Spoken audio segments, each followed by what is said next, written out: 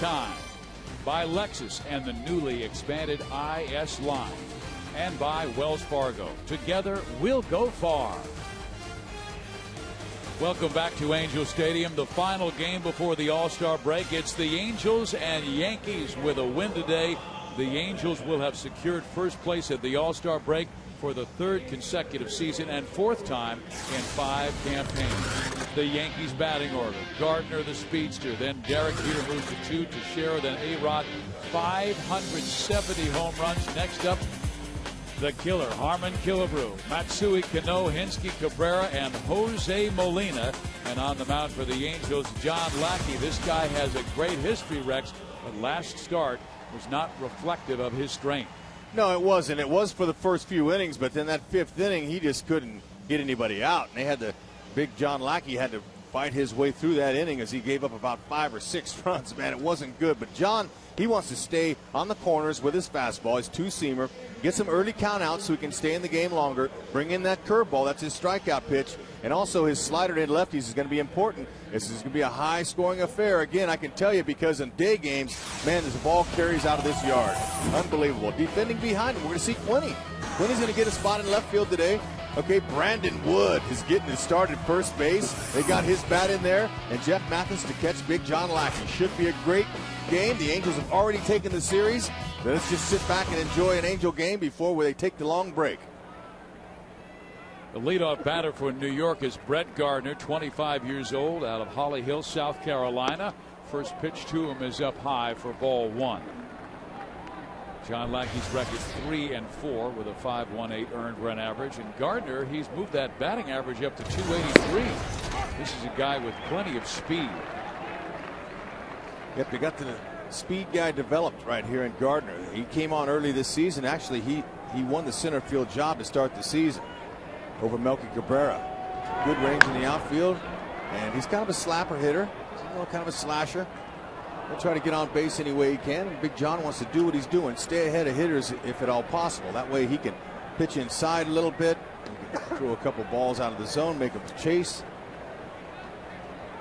But John knows about day games here. It can affect the outfielders as well. Son. He strikes out Brett Gardner here.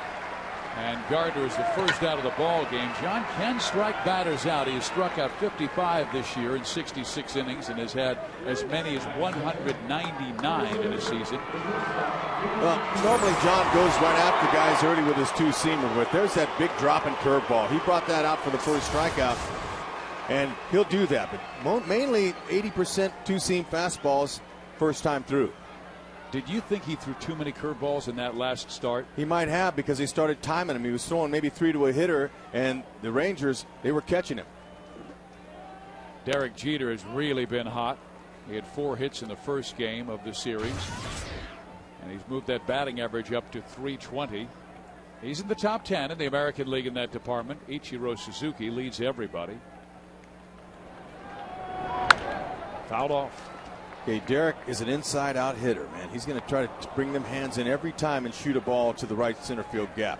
Center fielder Matthews, he's playing him towards right field. Jeter's 13 for 40 with a 325 batting average against John with 1 homer.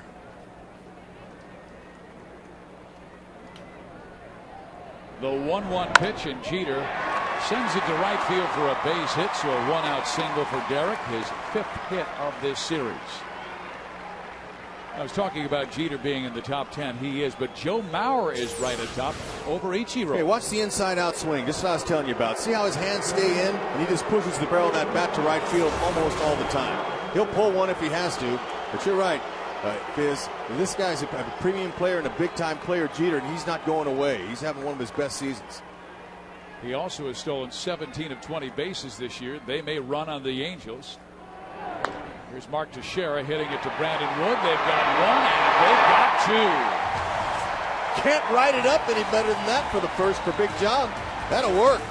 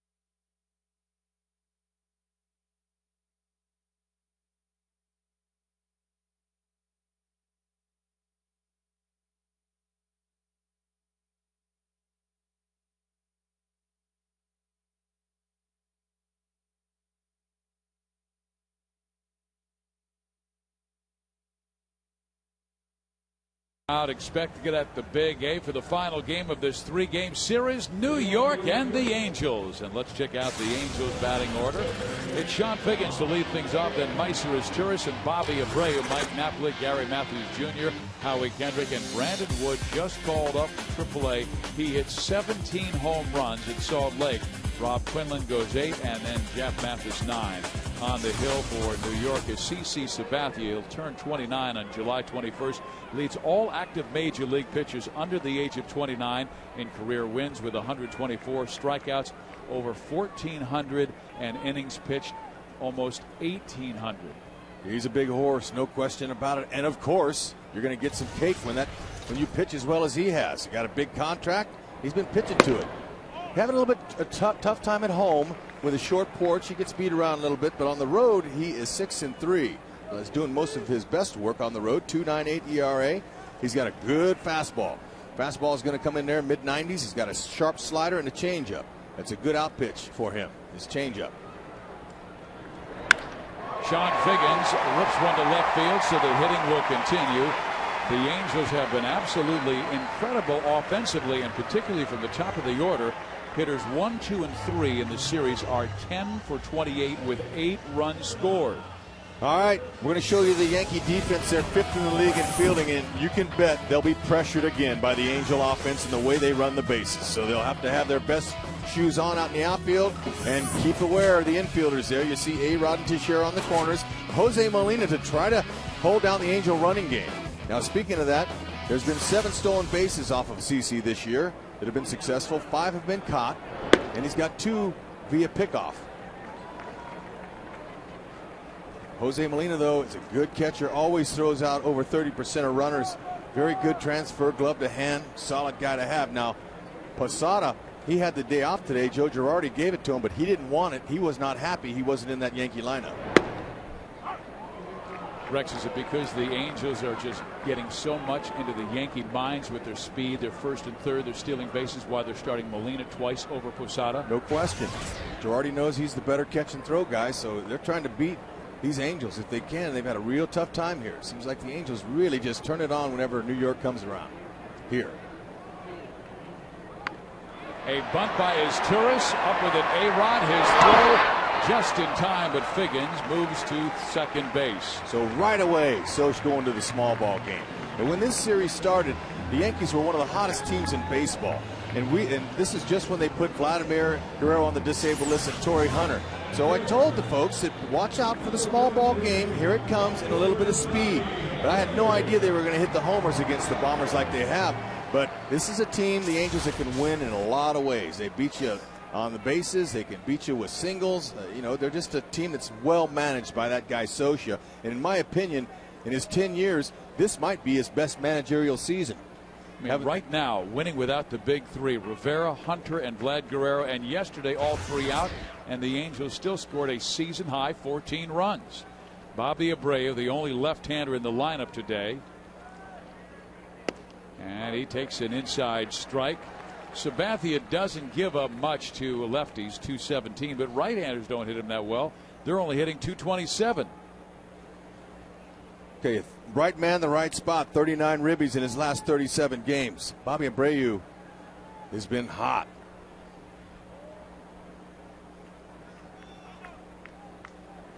.304 batter against lefties this year, 1 homer.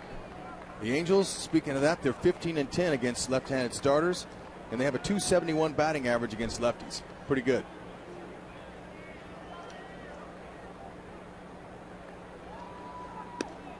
Bobby takes a rip, and he's down in the count 0-2. But Sean Figgins, all the time that CC Sabathia was turning and staring at him, he was dancing around second base. And he knows that he can rip off third base a lot easier than he can second base with a lefty. It's going to take some time. Jeter's kind of a little bit close to him, but not Cano. Cano's playing Abreu to pull, which usually he shoots the ball to left field. Maybe they're pitching him in.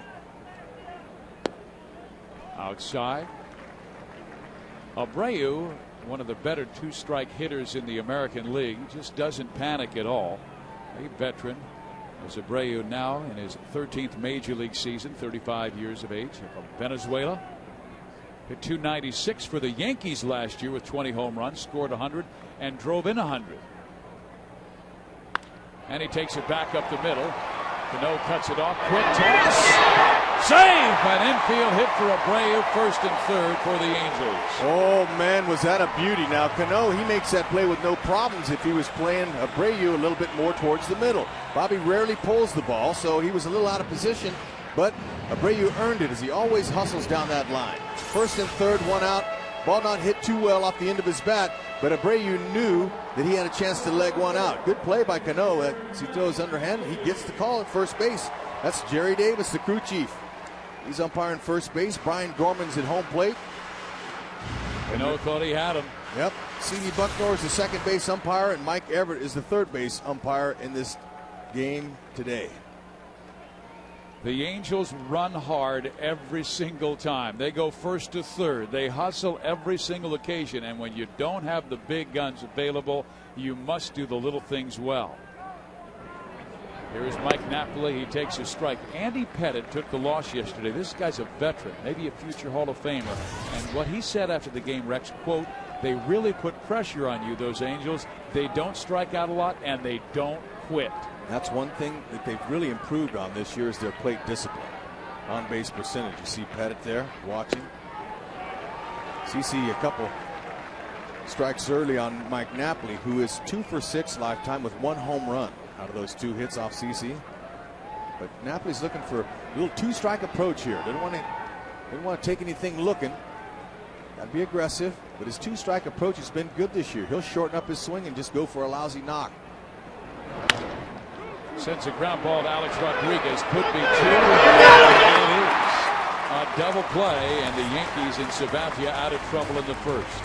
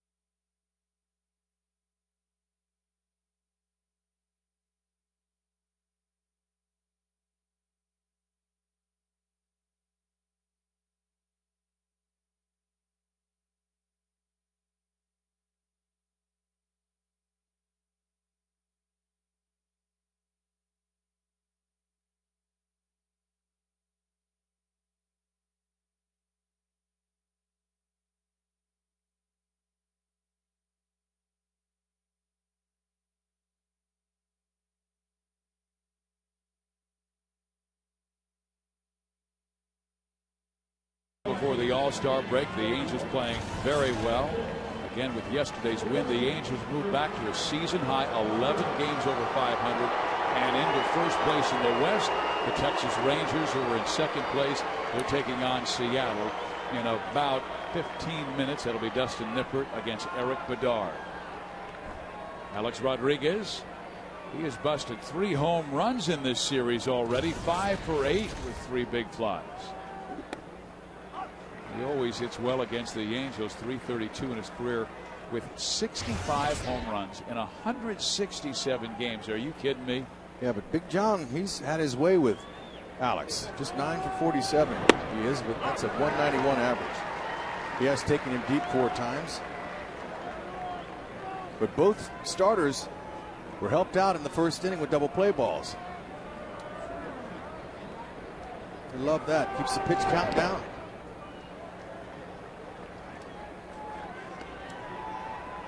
John loves the big games and loves the competition against the best hitters in the game. With Alex Rodriguez standing at the plate, and the count 1-2. Lackey last year won 12 games despite starting the year in the DL with a right tricep strain, and then had some arm problems to open 2009. That's what set him back.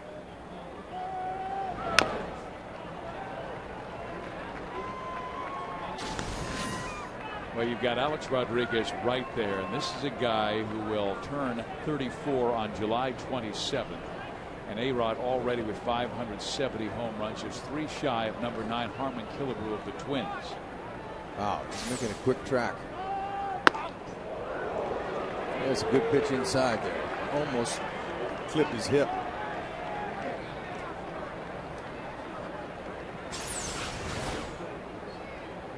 Big John Lackey's hit 5 batters this year, and you don't have to hit batters to get their attention. That's a nice, effective inside pitch. And he comes back inside at 93 miles an hour.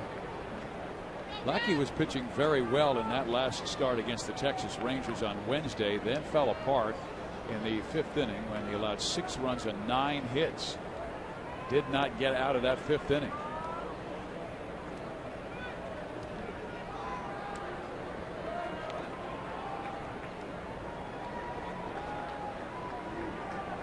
He likes that fastball down. Just low. The count is full. 3-2. Alex, though, he's so strong, anything out over the plate, whether it's low or at the belt, he just tries to barrel that up. He's a strong guy, and he knows the ball carries far here in day games. John needed only 8 pitches to get out of the 1st inning. The next pitch to Alex Rodriguez will be the 8th. I say he hooks him here. Let's see what they call. It's Jeff Mathis behind the plate. In there, strike 3 call.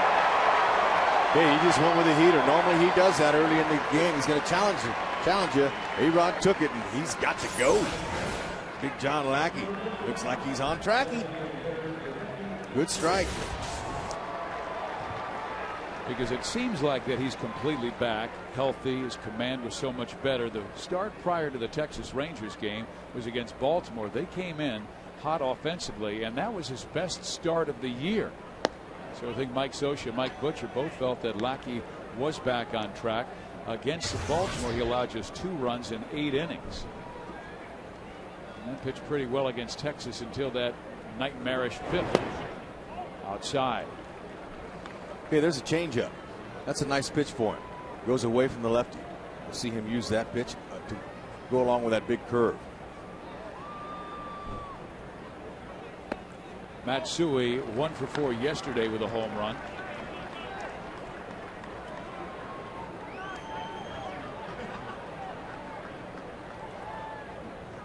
Against the Texas Rangers, we told you the first 4 innings did not allow a run. Then the 5th inning, the wheels came off, gave up all 6. And that pitch is low. It's ball 4, and Matsui will walk with 1 out. So for the 2nd straight inning, the Yankees have a man on with 1 out.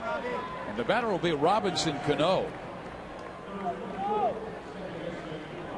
Joe Girardi stacking his lineup with a lot of left-handers to face John, because the lefties have hurt Lackey this year. So they have Gardner in there, Teixeira, Matsui, Cano, Hinsky. Cabrera's a switch hitter. Yeah, it's because he's given up a .361 average with 6 home runs to the batters from the left side of the plate this season. Cano is hot. He's 12 for his last 29. So much better than where he was this time last year. Strike in there. Hey, John, he wants to keep the ball down, see if he can get his 2nd double play already early in this game. You know, he's grounded into 12. He's a lane ball candidate. Matsui does not run that well anymore. That's down the line foul. So Cano is down in the count 0-2. There was a time where Matsui really ran well. He was known as a power and a speed guy over in Japan, more so for his power. And he had belted 332 home runs in Japan and then came over to the States. He's now 35 years old. It was his rookie year in 1993, the year I got to play in Japan, and he was Godzilla, and the fans flocked the ballpark. He was like a superstar. Was he more popular than Ichiro? Yes, he was. See, that's the Central League, and the Central League's more popular than the Pacific. And so he got way, way, way more publicity than Ichiro at that time. But now it's Ichiro in the States that's getting most of the ink. Cano takes low. Count is even, 2 balls and 2 strikes to Robinson Cano. That final year that Matsui played in Japan, he had 50 home runs, and then of course the next year he signed with New York. Cano meantime with a 2-2 count. Talented young guy with power, 13 home runs this year.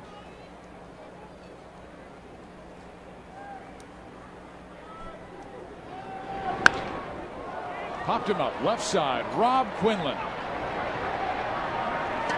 2 outs. Hey fans, Friday nights during the summer are absolutely fantastic. What's even better is spending them at the Big A. Big Bang Fridays feature exciting Angels baseball and a great fireworks show after the ball game. The next Big Bang Friday takes place July 24th as the Angels host the Twins. Visit angelsbaseball.com to purchase your tickets today. This team has been so exciting. A lot of fireworks because of a lot of home runs lately. Yeah, this guy is one of them. You got to be careful with Hinske. He's gotten off to some kind of scalding hot Yankee debut. Look at that. 4 hits and 3 of them home runs. He belted 2 yesterday. He's a strong guy. Good pickup too for the Yankees. Traded for on June 30th from Pittsburgh for 2 minor leaguers. You're right, he's a good pickup because he can play both corners outfield, both corners infield. And DH. And pinch hit. Some power off the bench.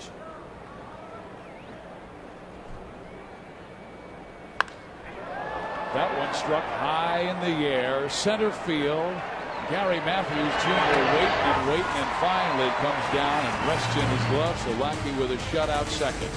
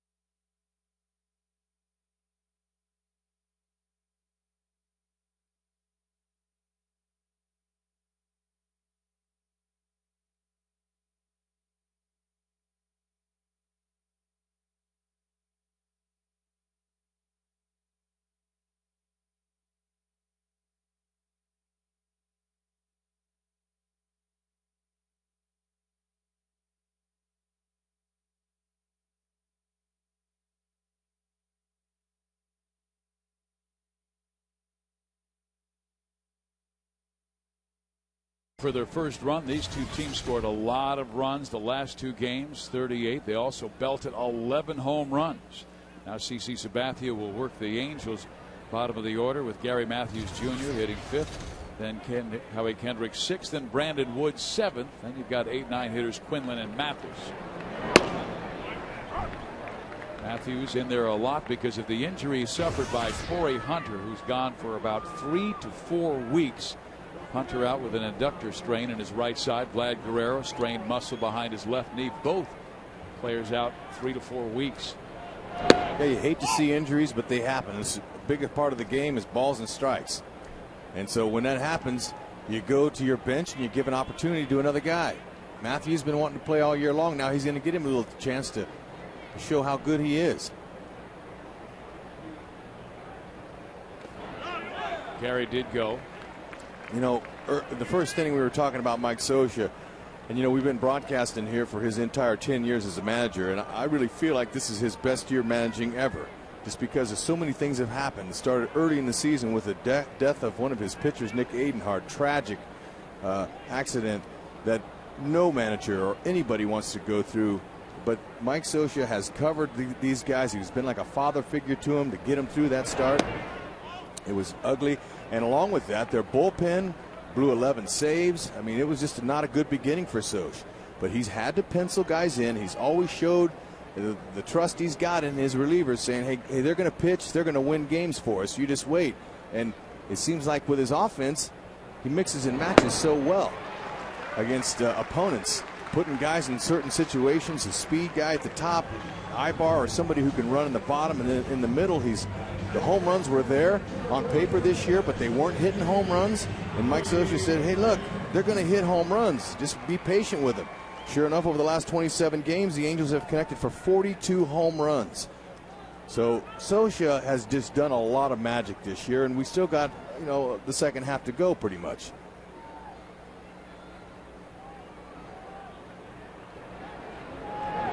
After Matthews strikes out Howie Kendrick, the batter. Yeah, but you can see this last 27 games, Scioscia is right. Now, he's not a prophet or anything, but you know what? He knows his team as well as, you know, anybody, better than anyone, and he also knows his minor league system. So he's been using that system a lot this year to keep his team afloat and in first place right now. I don't think any organization could have handled a tragedy with more grace than the Angels handled the Nick Adenhart death. After the young man pitched the first week of the season, his best game ever on a Wednesday night, and then killed in a traffic accident. Howie Kendrick taking a strike there. Yep, that's Nick Adenhart's number 34 retired in the outfield. Along with Courtney Stewart and Henry Pearson. Young people were taken tragically, so Nick's jersey hangs with them.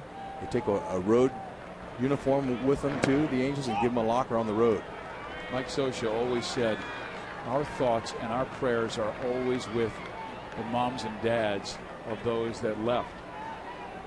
And he did also say that the Angels' healing will be when they go between those foul lines and play in the field. That's when they can let it go. A 3-1 count now to Howie Kendrick. Foul back. But then, you know, also what comes with a tragedy like that is reality sets in. All these players here, they're going, you know what, none of us are guaranteed tomorrow.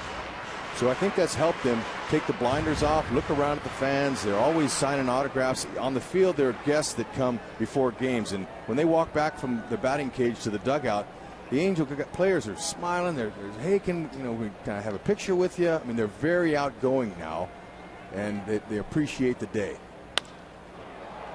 Kendrick to right center field. Gardner and Hinsky, and it's Brett calling off Eric for the catch, and out number 2. Here's Brandon Wood, called up from the minor leagues, and his first base hit was a big fly to right center. Oh, and a nice one too. That's a good pitch, but he's got a quick bat. He went ahead and went down and lifted it right center field. He's got power to all fields. And here's a guy that Angel fans have been crying for all year long, saying, get him up here. Well, where's he going to play? I mean, he's a third baseman, first baseman. Scioscia thinks for him in his future will be third. But Figgins has been putting on a rock concert over there at third base, so they're going to have a decision to make with Sean after the end of the season. But right now, Woods looking at this as his last day in the big leagues. You never know. So you take these days, and there's a lot of value to them when you don't look too far. Punches that one to the shortstop, Jeter. For Sabathia, it's an easy 1-2-3 second inning. Third inning we go, looking for our first run.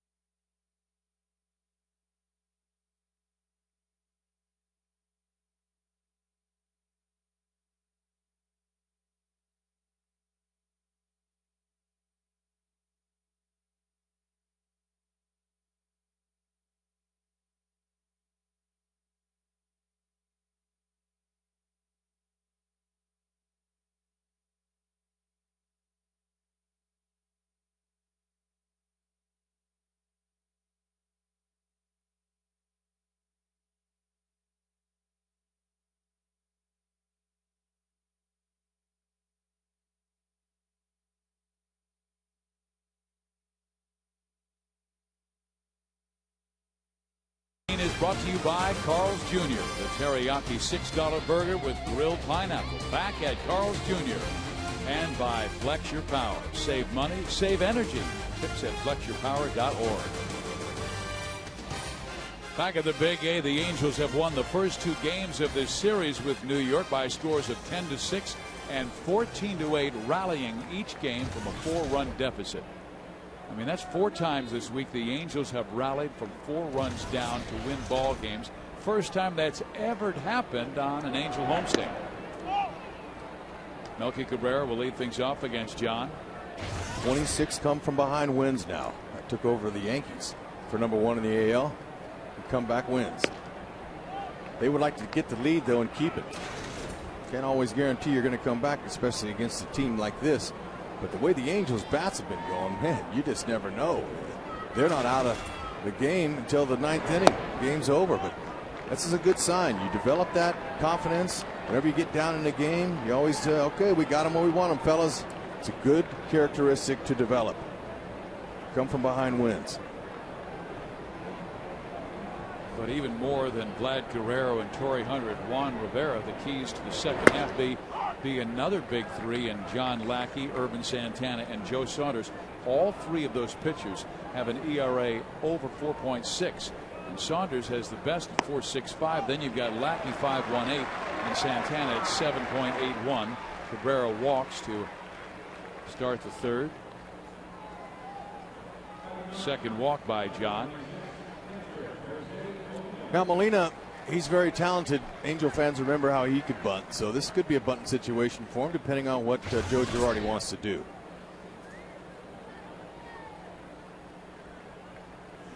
Melky's a situational stealer. He's got 5 stolen bases. He's been caught a couple times. Jose's swinging and takes strike 1.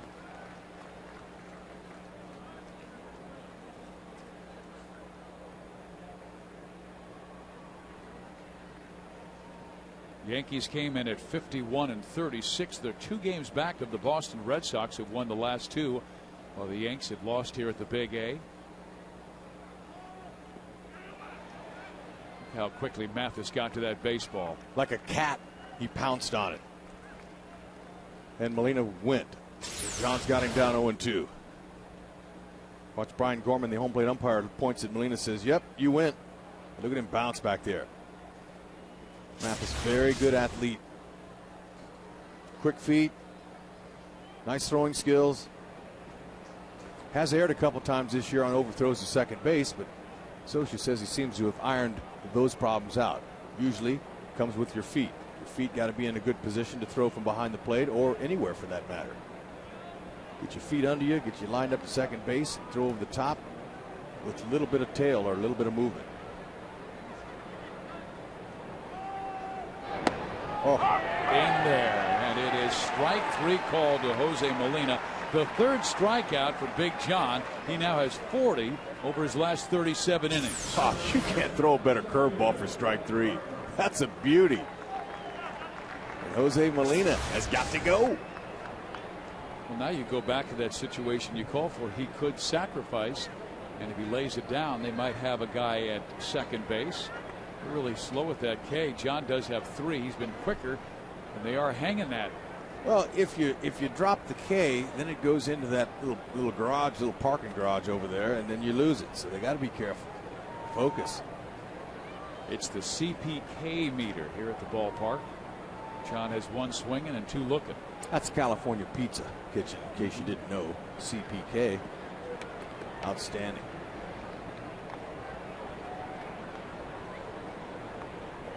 Wood did play a little bit of first base down in AAA, so he's used to it. The backwards K's means the batter took it looking.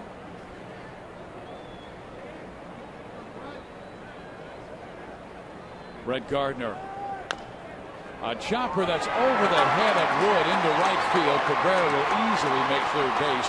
1st and 3rd, and best situation to score a run for New York today. And so, you know, Angels probably aren't saying this, but some are. Go ahead and score first. We dare you. Angels had 2 nice come from behind victories to beat these Yankees. That old chop knock, that'll work.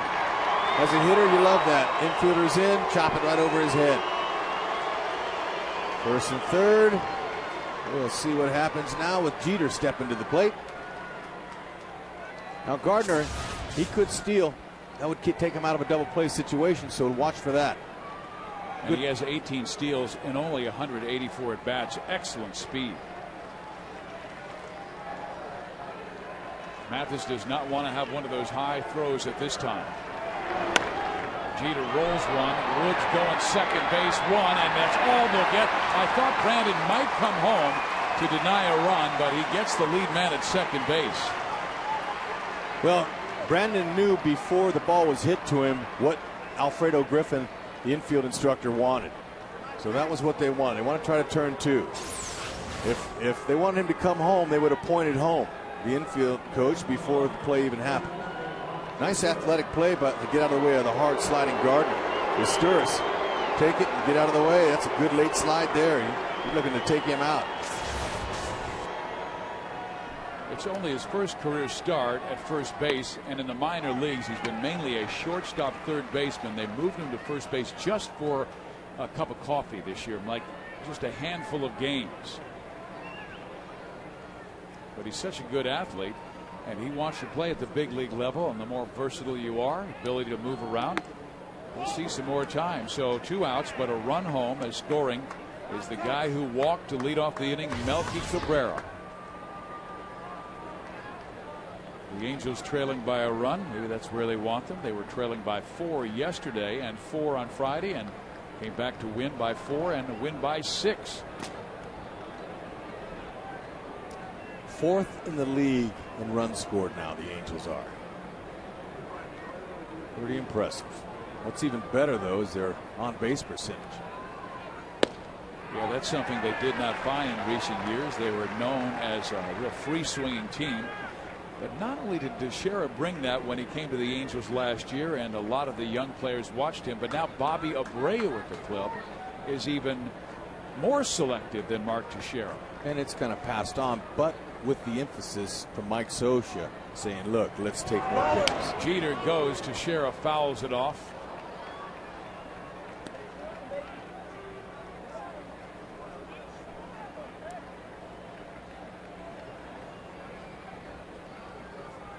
And there is Bobby Abreu. As a matter of fact, hitting instructor Mickey Hatchett feels Bobby Abreu works the count better than Mark Teixeira. And he goes, I'm not taking anything away from either one of them. They'd both be in the top 10 in the American League, but you really feel Bobby works the pitchers. And he really feels very comfortable with 2 strikes on him. Bobby, the last few seasons, has always had one of the highest batting averages in baseball with 2 strikes. Yep. Teixeira more power. 44 of his 90 hits have been for extra base hits off of Teixeira's bat this year. He's powerful.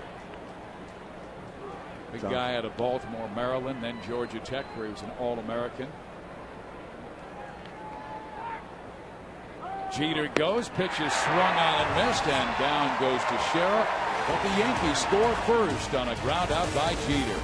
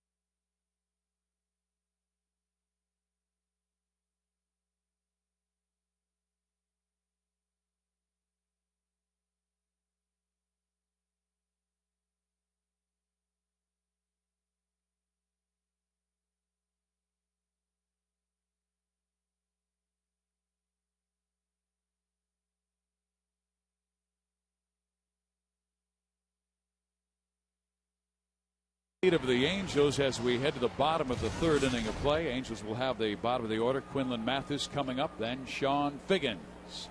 And these two teams have been absolutely fantastic through the years. Angels and Yankees usually ruling the West and the American League East.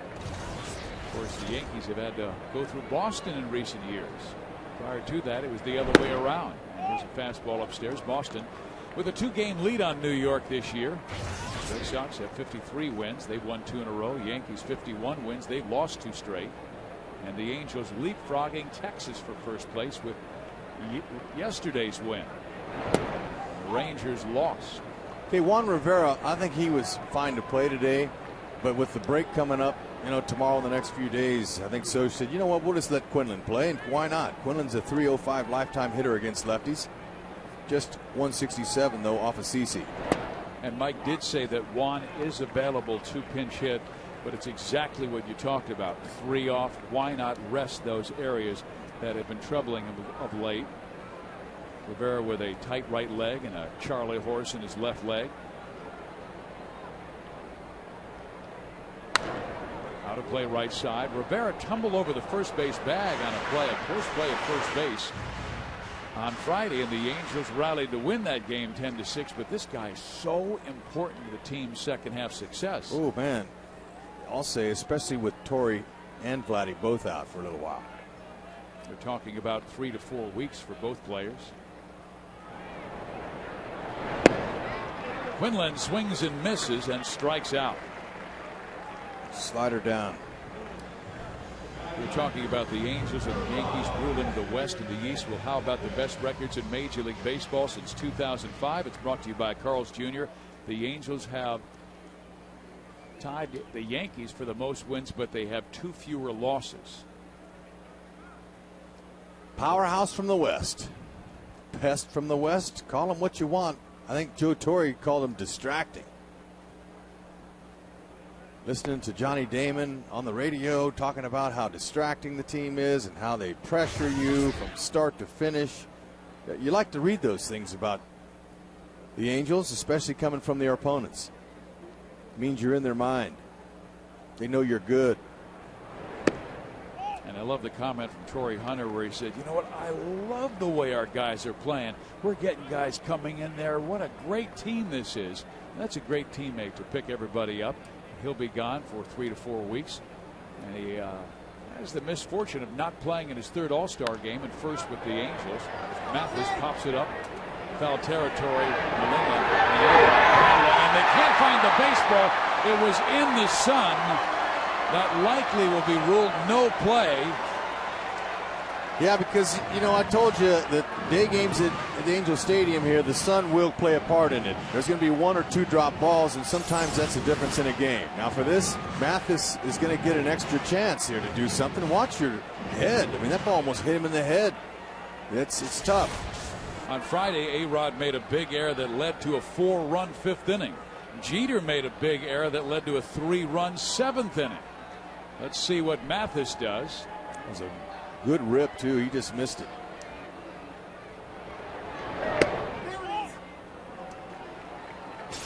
Derek Jeter on Friday absolutely dropping a pop-up, and then the very next batter Rex was able to reach, and then the next batter made an out, which would have been the final out of the inning, but that would follow by a Eric Ibar 3-run home run to put the game out of distance.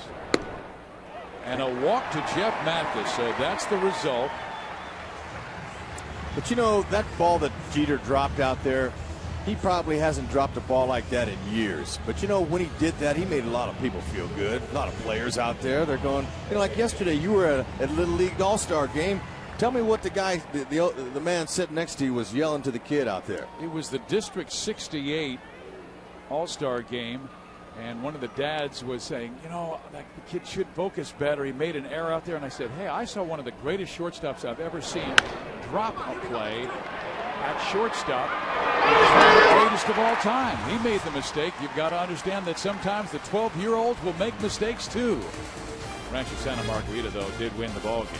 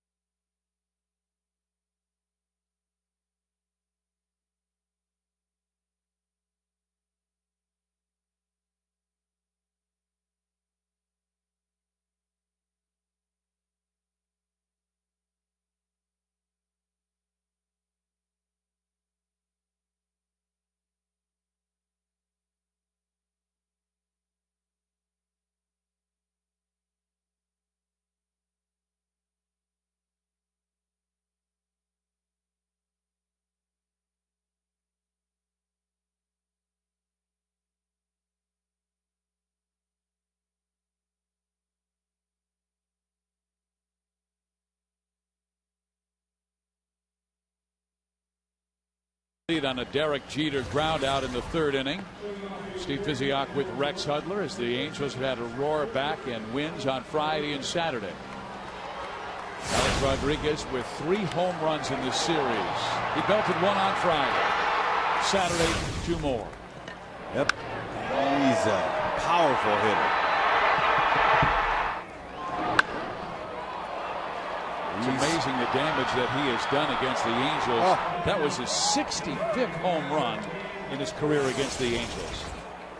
With Seattle, with Texas, now New York. Good to see him come up with nobody on base. Host by any opponent. John Lackey to face Alex. Struck him out looking for his time up. 11% of his home runs have come against one major league team. Well, when he homers and the Yankees lose, that's not a bad thing. Ground ball short is Turris. Right over the top. 1 out. Boy, I'd love to watch this guy in his routine procedure. Every ground ball, because he's fundamentally sound. Always has his feet in the right place. His arm stroke is in the right slot. Over the top. All the time. Look at the routine play. Backhand, watch him get his momentum going towards first. Taps his glove for timing. Right over the top. And you are out, A-Rod. Routine plays, a lot to be said for that. Big league shortstop make those plays 99.9% of the time. Minors and below, they're going to err here or there. They're not as steady. That's why you make the big money if you're good enough to play here. Matsui walked his first time up, was left stranded. Yankees with 1 run on 2 hits. The Angels have not scored on 2 hits.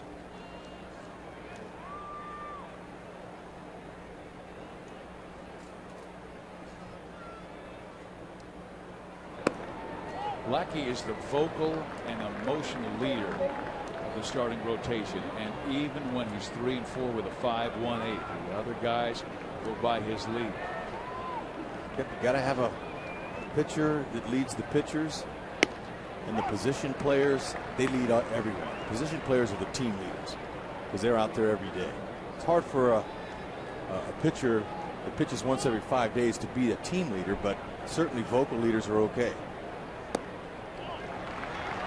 Hideki Matsui has seen 9 pitches from John Lackey, and only 1 has been a strike. Walked him on a 3-0 count, now walks him on a 3-1 count. 2 walks by John. Fans, the Angels will once again be turning the clocks back to the 1980s for a retro night on Tuesday, July 28th. All fans in attendance will receive a free Bobby Grich 1980s jersey t-shirt courtesy of the Home Depot. So dress up in your best 80s gear and have a chance to win cool prizes from the Angels. Purchase your tickets at angelsbaseball.com today. There's a fly ball struck to deep left center. Matthews, good speed, gets there, makes the catch. Matsui, who is halfway to second, now retraces his steps.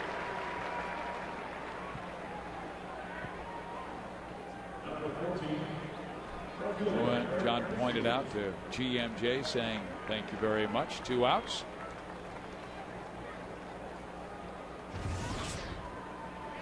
Most pitches he's thrown in 1 inning was 20 in the 2nd inning. Trying to get to the 4th, not bad. Ball strike ratio is not the best, but he's getting outs. It's all that matters. Henske popped up to center field his first time up. And he hits this a gapper to left center field. Rob Quinlan, will he get there? Yes, he does. Through 4, Lackey's allowed just 1.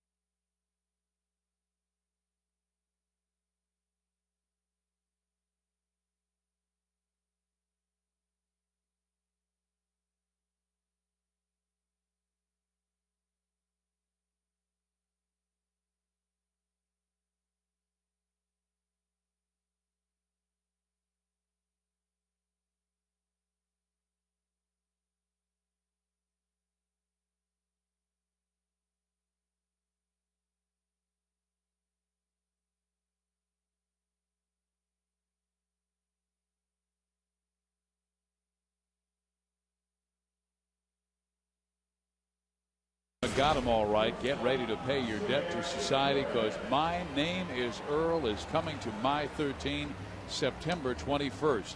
How about that patriotic Yankee? That might get a little hot today. You got that right. It's blistering outside. Ooh. Good day to be at the beach. But even a better day to be Meister Asturis. Right here in the ballpark. He's in the batter's box against a real tough lefty. Meister sacrificed his first time up, moving Sean Figgins to second base, and then Bobby Abreu reached on the infield hit. The Angels had a first and third one-out situation, but could not score as Napoli hit into a inning-ending double play. Sabathia's had 2 double plays turned behind him today. In there. Asturis from the right side's hitting .346 this year. Had a nice sacrifice bunt his first time up. Angels just starting their second time through the order. There's a base hit to right field, so Meister keeps it up with a leadoff single. Second time in the game the Angels have had their leadoff man on. Want to hit a hanging curveball? Watch Mighty Meister do it here. Okay, ball's up. Fooled him just for a click, but his hands came first, stayed inside, and he swatted it to right field. Now that's what hitting coaches teach about how to hit a breaking ball from a left-hander coming into you. They like to see you do that, but second, third time around, you see that big hanger, you might want to pull it on a day game here at Angel Stadium. Might find yourself in the home run column. Here is Bobby Abreu. Speaking of home runs, he won the home run derby during the All-Star break one year, and he has close to 350. Excuse me, 250. He's at 247 home runs with the Phillies, the Yankees, and now the Angels. He has 6 this year to go with 57 RBIs, and as Rex talked about, 36 have come since June 1st, the most in the American League. Very good series against his old ball club with 5 RBIs. Yeah, that's a slide step the big fella is showing. CC, little slide step, and gets the ball home quicker. There were a lot of people that thought Sabathia would either be an Angel or a Dodger. He hails from Northern California, out of Vallejo High School. Good athlete too. See a big guy like that, some people question the athleticism in a big person, but man, not this guy. Ooh. Breaking ball 1 and 2. Got that big body coming at you, and he pulls the string at 79. That'll get you weight out front. He struck out 2 Angels today. Now 91 this year.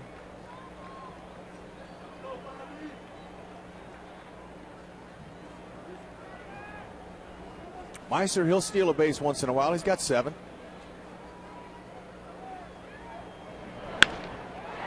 That's a base hit into the left field corner. That As might Torres score him. races to third. They're going to send him home. Jeter will not even make a throw. It's a tie ball game. What a nice slice double for Bobby Abreu. That was sweet. That's his 17th double with a stake attached. He just snuck it right by A-Rod. There's nothing Alex could do. And for the left fielder, Melky Cabrera, who's not used to playing that carom down there, I knew they were going to score him. Dino Evil, he's ready. That high fastball inside. You saw Jose Molina reaching inside for that. And Bobby just says, I'm going to hit it the other way. One carom, he slips a little bit. Watch Mighty Meister off to the races. You might come to an Angel game watching a baseball game, but a track meet could break out. That's what happens when you got speed guys and you got a little bit of pop in there. Good combination for scoring runs. Angels 4th in the league now in runs scored. They're averaging 5.2 per game, and the batter is Mike Napoli. He busted a home run, number 11 this year, yesterday. I mean, his high arcing shots, when he hits the ball, when it's up in the strike zone, man, he gets the back underside and it just carries. That's that backspin you get. Now, you're not going to ask Napoli to get the runner over here, but he did.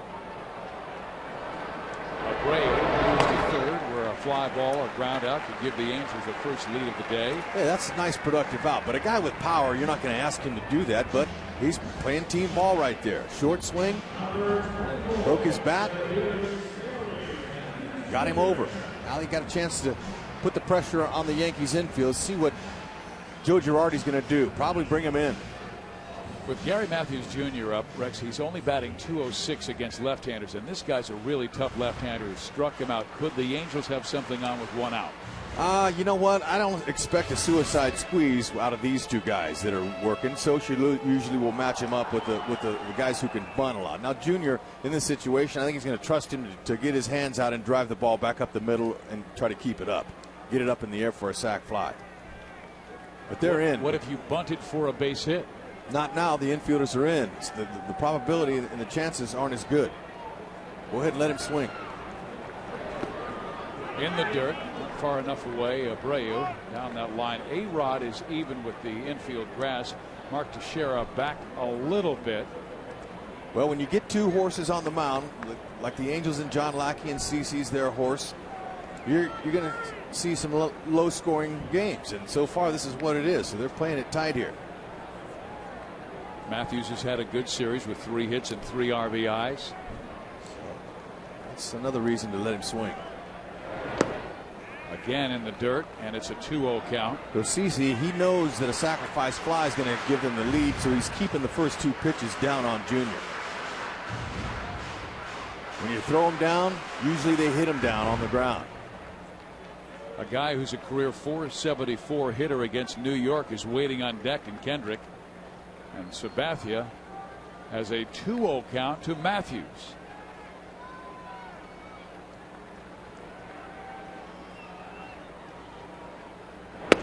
In there, 2-1. Oh, man, that's the one he wanted. 2-0 count. That's what you work for, to get a good hitting count. He put it on a platter at 96. That ball will leave at 106. You just put a nice, easy swing on that. Now I'm sure he'll go back to another breaking ball.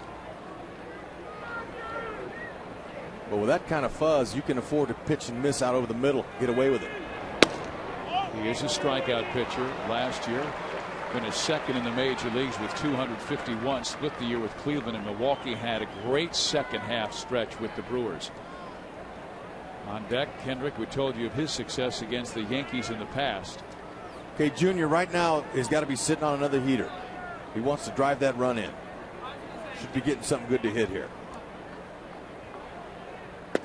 In there, it's full 3-2. Sabathia did not give him the fastball. Gary wants to stay away from that strikeout.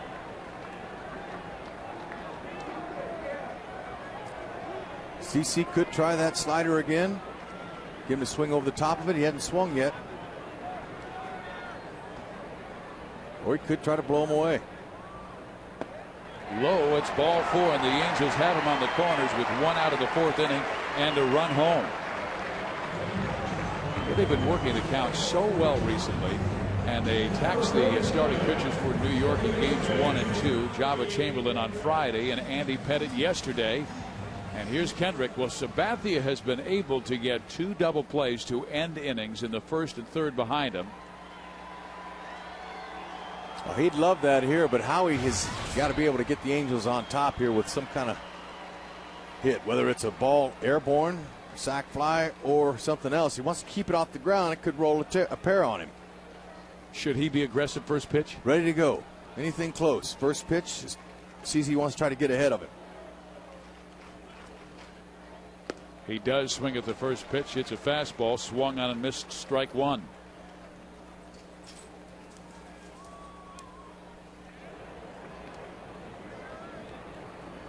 We've seen the Angels not do much early in their first time through the order against pitchers, and then we've seen them that second and third time start to get to them.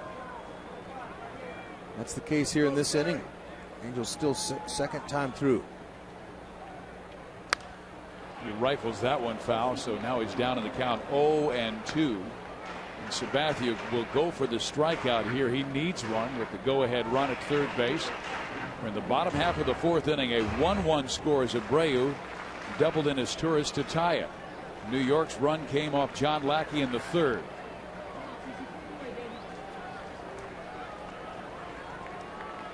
Okay, he'll try, might be coming with that fastball or slider in now. Could try a changeup as well. So when that's what you have options when you get ahead of a batter. and the hitter thinking. But here's what the hitter wants to think, and how he just wants to look for something out over anything close, foul it off. So you're a little bit defensive.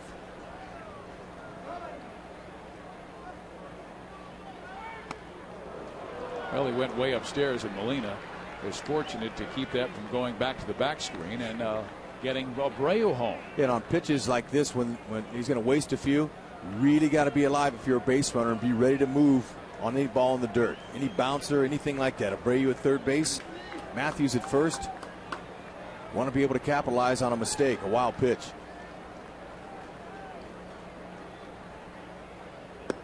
He checked his swing. I believe he went. No, he did not go. Boy, his hands traveled a long way, but they say it's a 2-2 count, and Jose Molina is talking with home plate umpire Brian Gorman. Yep. But you know, it's all the umpire's interpretation. That's that slider down. He gets a lot of guys to swing over the top of it.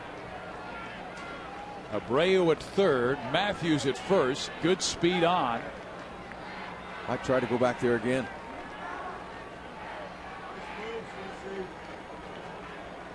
Would you send Matthews? I'm going to move him. I'm going to be aggressive here. I want to stay out of a double play.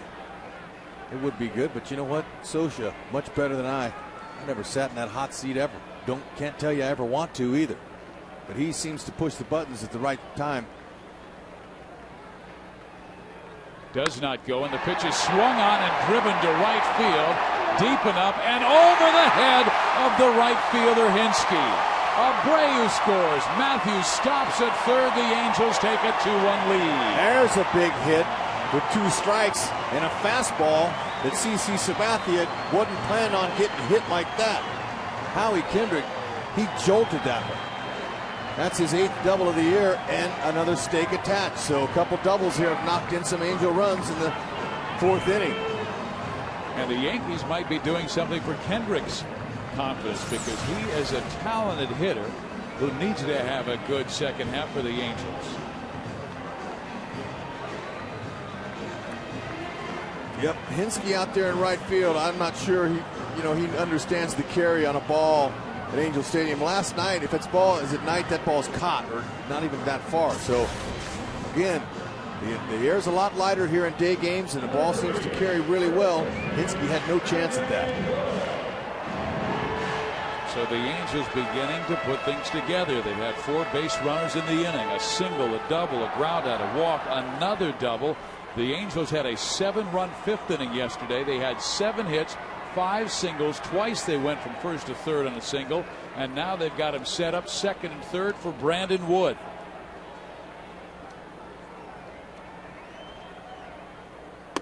Wood was having a fine year down at Salt Lake, hitting .313 with 17 home runs. We told you about his home run yesterday.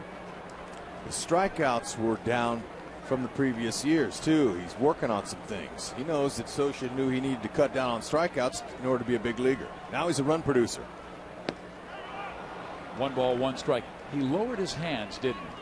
He did. He lowered his hands a little bit. It's going to take him a little bit quicker to the ball, but still the main thing is he's checking his focus release point. That's what he told me. He says, I've been watching where the guy lets go of the ball, not his body. A lot of hitters will look at the body, the whole thing, the whole picture. You pick out a spot. After you faced him once, you see where his release point is, and you look at that spot and you pick up the ball sooner. You can make up your mind a lot easier with the focus. Yankees defense will give up a run to get an out. They have the infield back.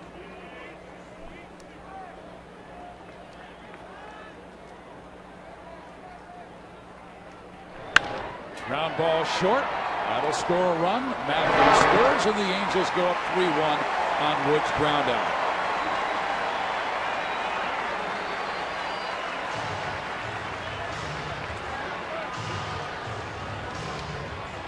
Hey, some good connection there. That's all it took. I saw before Joe Girardi had his infielders in, and then he decided to move them back, which is the right call, because you can't afford to let both of those runs score. When the infield is in, they don't have any range, and any ball hit hard is going to get by him. So he didn't want to take a chance of one getting by him scoring both runs. Kendrick to third in the play. Here's Rob Quinlan. Pitches outside for a ball. Same thing with Howie at third base. He wants to be alive. And with A-Rod way off the base at third, he can come down that line and be able to advance and be ready to move on a ball in the dirt. Anything that kicks to the right or the left. Howie has the kind of speed he can steal a run. Rob Quinlan dumps one to center field for a base hit. Kendrick scores. Angels go up 4-1. Wow. Here they are, getting them in bunches. The frenzy style hitting has showed in this inning. Second time through, they're getting to CC. What is it about this ball club that brings out the best in the Angels? They just seem to play good baseball. They know the world's watching whenever the Yankees are in town, and that soap opera they got. So they want a piece of that limelight. The Angels with runners in scoring position 3 for 6 today. It's Socha against Girardi. It was another Joe for years in Torrey. And the runners going. The pitch is taken. Throw by Jose Molina. Out at second base is Rob Quinlan. Still a 4-run fourth inning for the Angels.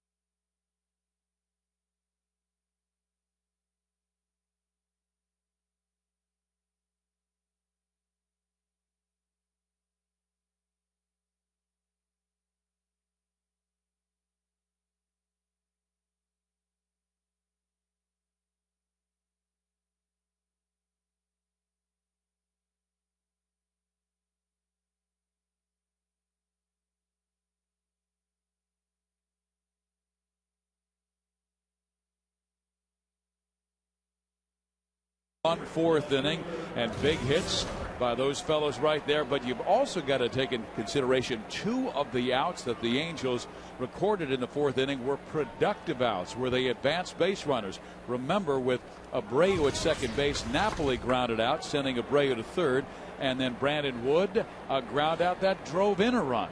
So the Angels really taking advantage of so many opportunities and playing the game right. They have a 4-1 lead for John Lackey.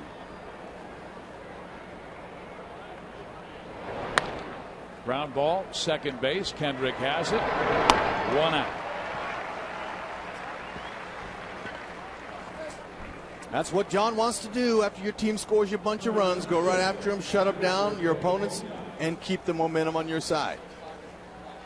Doesn't always happen, but you know, it's what he's doing so far. And this was the rough inning that John had in that last start against the Texas Rangers. And it was after 2 outs. You're exactly right. All the damage. John was able to get the first 2 outs of that 5th inning. And when he did that, Young reached on an infield hit. Hamilton singled. Jones homered to tie it. Blaylock doubled, a walk to Bird, a walk to Murphy. Saltalamacchia singled in 2. And Angel fans are going out there, would you please be quiet about that? But I'm just telling you about history. Yeah, they're saying, hey, Fizz, turn the page. John's turned the page on that last start. We don't only put no more graphics up there that last start, please. And I just turned the page of my scorebook. Ooh, that didn't miss by much. Jose Molina with a 2-1 count. The Yankees came in after sweeping Minnesota and winners of 13 of their last 15. Oh, and he hits Jose in the upper left shoulder.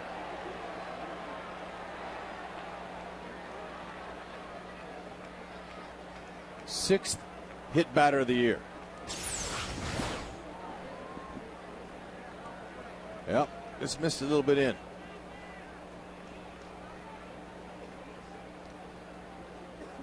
They get hit on the shoulder, the back, latissimus dorsi, that big muscle you got in the back, the wallet, the backside. Those are all best places to get hit, if you got to get hit.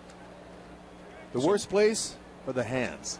Hands, elbow, head. Feet, doesn't feel good. Sometimes hitters will want to slow a runner down like Gardner. You throw at his feet. They used to throw at mine all the time. You were a speed guy, so is Brett Gardner. Yeah, he's faster than me, though. Oh, I don't think so. I do. I don't. He's on the left side of the plate. He's a step closer to first base. That doesn't make him faster than you. That just makes him closer to first base. That's why you want to switch hit. That ball stroked to center field, right at Gary Matthews. He is there and makes the catch for out number 2. Angel fans, be part of history on Thursday, July 23rd, as the Halos unveil the official 2010 All-Star Game logo.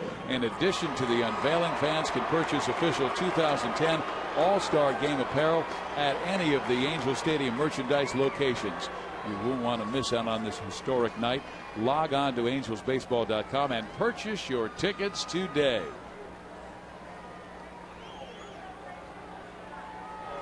Derek Jeter. Been on twice. Single. Drove in a run on a ground out last time up, reaching on a fielder's choice. That was the only run allowed by Lackey. And then the Angels got 4 for John in the 4th.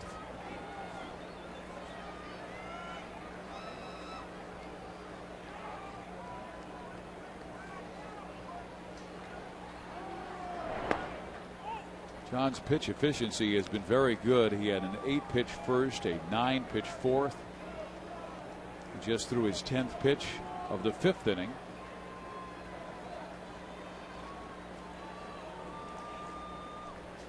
Yankees, one of the most patient hitting teams in baseball. They lead the American League in walks, and a strike taken by Derek.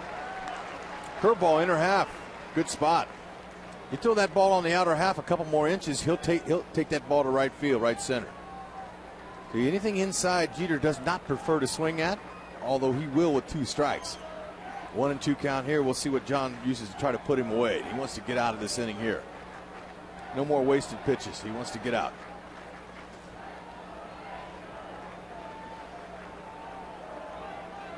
Might try a high fastball. Is ahead. We'll see what Jeff Mathis puts down with his fingers. Usually more than one. Okay, he went back to the heater. I like that. Maybe up and in. Oh, just my. Does miss. John wanted it too. Wow. Must have been low. Big John Lackey pointed down. Look at his body language. To Brian Gorman, says, was that ball low?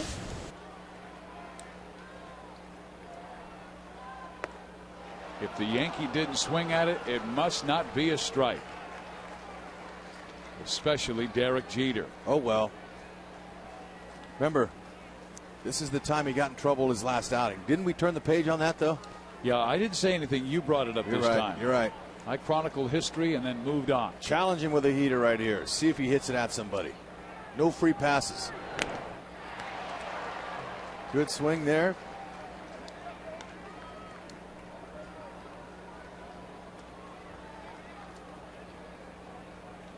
Long way to go on a hot Sunday afternoon. The ball carries so well. 11 home runs have been hit in the first 2 games of this series, and 7 of those by New York. 2 competitors competing. Full count. Ground ball short.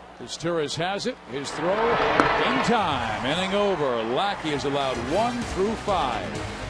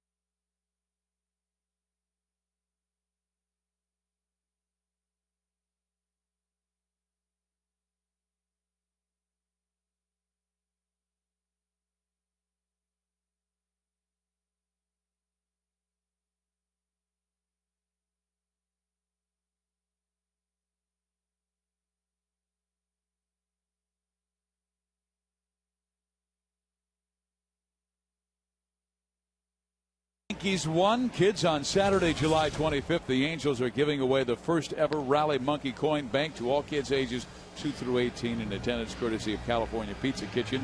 Come out to the Big A on July 25. Pick up your free Rally Monkey Coin Bank and cheer your Angels on to victory against the Twins. Purchase your tickets at angelsbaseball.com today. Check it out, the monkey putting coins in that bank. That's the way to invest. Tuppence. Save your tuppence. Jeff Mathis will lead it off. Walked his last time up. And that ball is roped to the shortstop, Derek Jeter. That ball was squared up nicely. He gets underneath that. That's a homer. I mean, that's right on the screws. But make sure you catch that in the pocket. You might have a little palm bruise. Jeter's had a million of those hit at him in his day. Now Sabathia to face the Angels speed guy, Sean Figgins. Line to single left field his first time up, and then hit into a rare inning-ending double play. It's only the second double play he has hit into this year.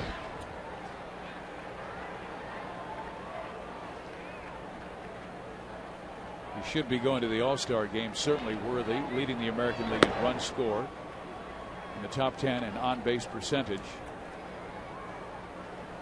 But he roped a nice base hit to left field his first time up against CC. Look how the defense adjusts so dramatically when speed is at the plate. Both corners are in. He had him thinking about the bunt situation. Swing and a miss, 1-2. Yeah, that changeup's going to be an important pitch for CC the rest of the way out. They've been getting the wood on his fastball. That changeup, that's going to keep him off it. You see, Figgins was off balance there. He's going back with it. Fouled it off. A little bit more on there. Sabathia does not want the speed guy on, not with Figgins' ability to rip off a bag. He has 27 stolen bases this year.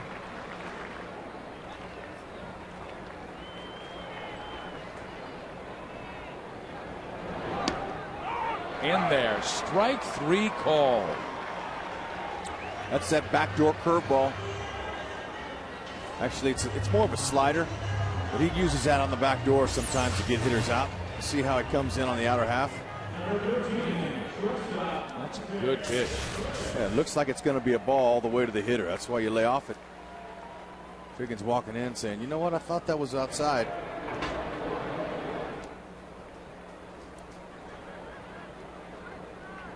Here comes the ultimate professional. Meiser is Turris. Derek Jeter. 3 up, 3 down for Sabathia after a rough fourth. Bounces back with a 1-2-3 fifth.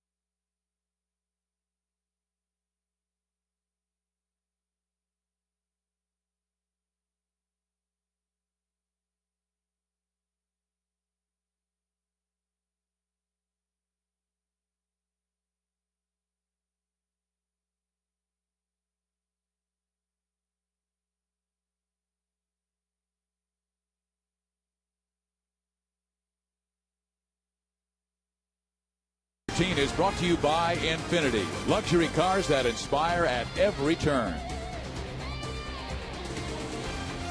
Steve Physiak, Rex Hudler with you at the Big A. Angels with a 4-1 lead. A lot of baseball to be played.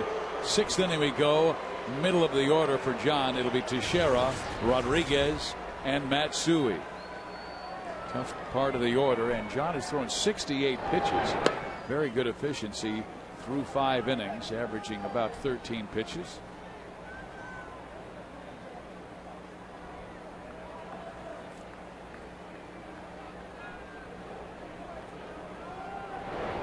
Teixeira today 0 for 2, and he's just 1 for 11 against the team he played with the last 2 months of the year. Big shift on, 3 defenders to the right side, and Figgins alone on the left outside, 2-1. We saw one time with the Angels pulling that shift against David Ortiz, and Ortiz bunted almost for a double down the left field line. The Bubble A's in the outfield. Yeah, you know, if John Lackey saw Teixeira bunt, he'd probably say, good, go ahead. We'll give you a lousy bunt if that's what you want.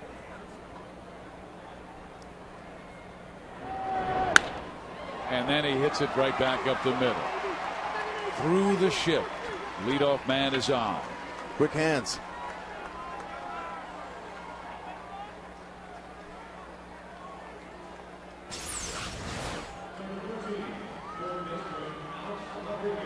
That's how you hit the ball through the shift.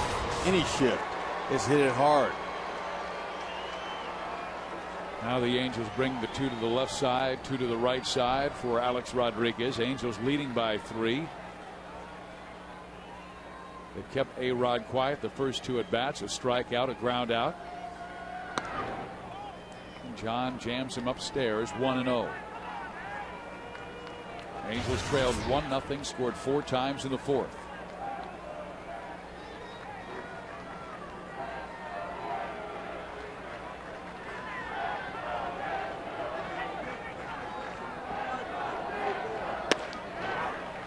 A strike, and the count is 1-1. Okay, Joe Madden in the AL All-Stars will be without Dustin Pedroia. He's not going to go. His wife's expecting a baby, and she needs her man. So Joe Madden replaced him with Pena, his first baseman on his team. And Carlos very deserving of going. He's leading the American League in home runs, but Sean Figgins, 1st in runs scored, 2nd in triples, 4th in stolen bases, top 10 in on-base percentage. And you can go on and on because he's one of the most disruptive players in the game, and Joe Madden loves him. But Joe Madden has his hands tied a bit. But with this guy, you can put him anywhere on the diamond. Let's say the game goes extra innings. Figgins is a blue chipper. We want him there. Look, you can't buy a spot on that roster. Well, Boston has 6 players going, and the Angels, who lead the American League West, will only have 1 in Fuentes. Now, Torrey Hunter obviously was going to go, but he's injured. It's a joke.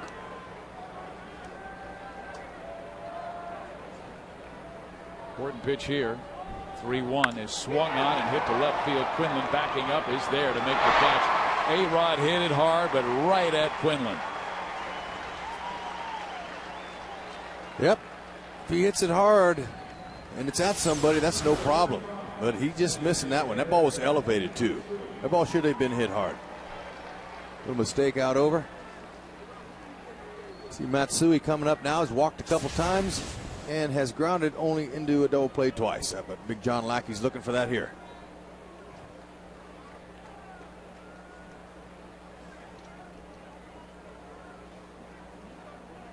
Here is Hideki Matsui. I didn't mean to do it. A ground ball to Sean Figgins, and then Kendrick drops the baseball. Everybody's safe. Okay, there's a good situation right there where you just want the out. Okay, you're not going to be able to get Matsui. The ball's not hit, so that's just to catch the ball, step off the base. Okay, so that's a careless mistake. Okay, like he's turning 2, you know, and you can't turn it unless you get it. And John says, you know what? I was going along pretty good then. So you hope that those don't come to backfire, but that's just a 1-out step on the base. And now two straight lefties to follow in Robinson Cano, who's been hot, and Eric Hensky, who's been hot. The Angels in game one took advantage of two errors by the Yankees each time. We'll see if the Yankees can do the same and return the favor. 1 out, 2 on. Angels lead by 3. Cano has popped up to left, flied out to center.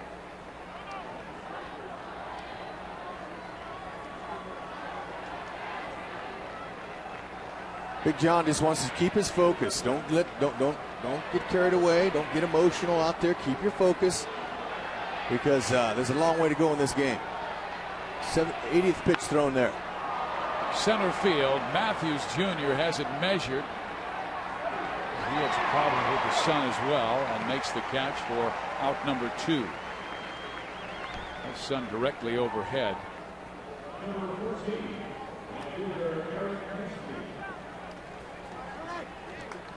Now a tough clutch batter in Eric Hensky. He was one of the stars for Tampa Bay last year, coming off the bench, starting a lot of games. Hit .247 with 20 home runs. A big fly here ties the game. Eric has 3 home runs already of his 4 hits with the Yankees. Strike 1. Yeah, Hensky very quiet up there. I mean, when I say quiet, that means there's not a lot of body movement, not a lot of wiggling going on. He's keeping his focus. Strong guy. One of those pop-ups almost went out earlier, his first swing, but he's a real pro hitter. Good block by Mathis. And you can tell a guy's hot. He's not jumping either. When the pitch comes, he's not jumping out to try to get the ball. He's real calm. He's seeing the ball all the way in, and that's what hitters tell you when they're going good. I see the ball so well right now. And when you're not, the ball looks like a golf ball. You're going, oh, man, I can't see it.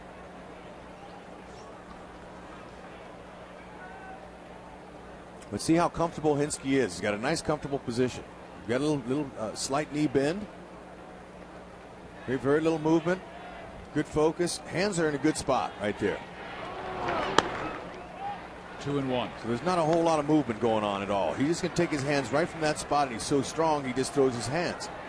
Eyes tell the hands where to go. Can't control the outcome of where the ball's going sometimes, but lately it's been over the fence with this guy.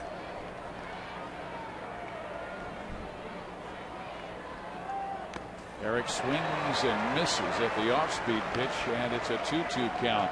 Teixeira's at second base. Matsui's at first base. 2 out. Hey, you fooled him with a little breaking ball up. Melky waiting.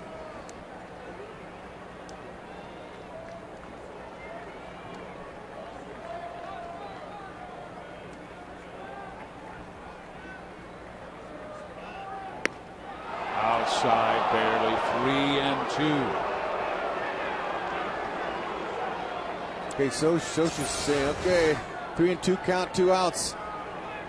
I'm going to dive on that play. And Lackey's thinking, oh, I thought I had some of the corner there, but he'll have to challenge Hensky now.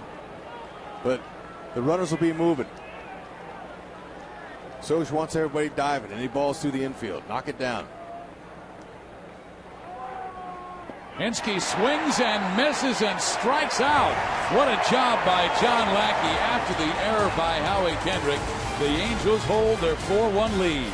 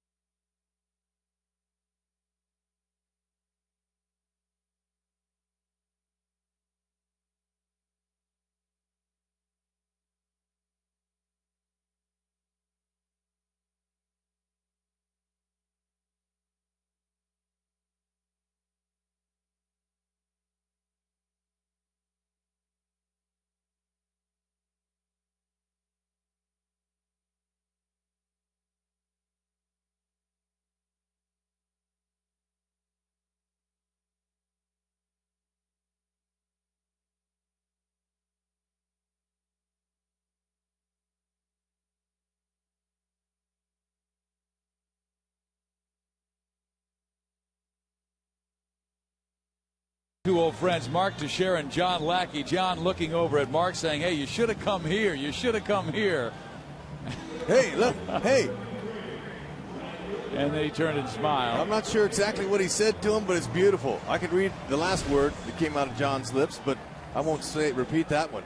But there was a little something going on there. It was fun. It was all in fun. I don't think it was anything angry display there, but no, John has a great deal of respect for Mark, and the same Mark for John. But they'd love to have him. Teixeira, a great player who chose the Yankees over the Angels last year. Mark, of course, from Baltimore, grew up a Yankee fan. He has a family member that lives in New York. Our guy is hitting better. Kenny Morales is hitting 284. Teixeira's hitting 276. Now that's where we'll stop. We won't go to any of the other extra base numbers or anything like that. But Morales is holding his own. You kidding me? He's got 41 extra base hits. All right. How many has Tex got? Well, Tex, remember, missed. No, he didn't miss any time. 326 at bats to 299. He started terribly, and then when A-Rod jumped into that lineup, then Tex took off. But he has 44 extra base hits to Morales 41. Kendry leading the Angels in extra base hits. And how much cheaper is Morales? Well, there's the numbers you're talking about. That's what I'm saying. There's a big difference. Look, I think Mike Scioscia told Artie when Artie said, okay, if we can't re-sign Tex, what's our insurance policy? And Mike Scioscia says he's right here in-house. Angels trying to go for the sweep, but a long way to go. Just in the bottom of the 6th inning. They've won the first 2 games of this series, 10-6 and 14-8. Chopper towards short. Jeter has a quick toss and just does get Bobby Abreu. But if the Angels do sign Mark Teixeira, then they don't have the ability to sign players like Brian Fuentes, Bobby Abreu, Juan Rivera in the offseason. A lot has been done, and it's really no one's having any issues with any of that. And Scioscia, one of the best managers in baseball, easily. I didn't see any other managers in the offseason get 10-year extensions, did you? Nope, sure didn't. Okay, well, that says a lot in an economic environment like that about his leadership ability. They got the right man in the right spot. Some have tenure, others get 10-year. That's right. But he does have 10-year. 10th season at the helm of the Halos, and they've got a pretty good record to show during the skipper's time.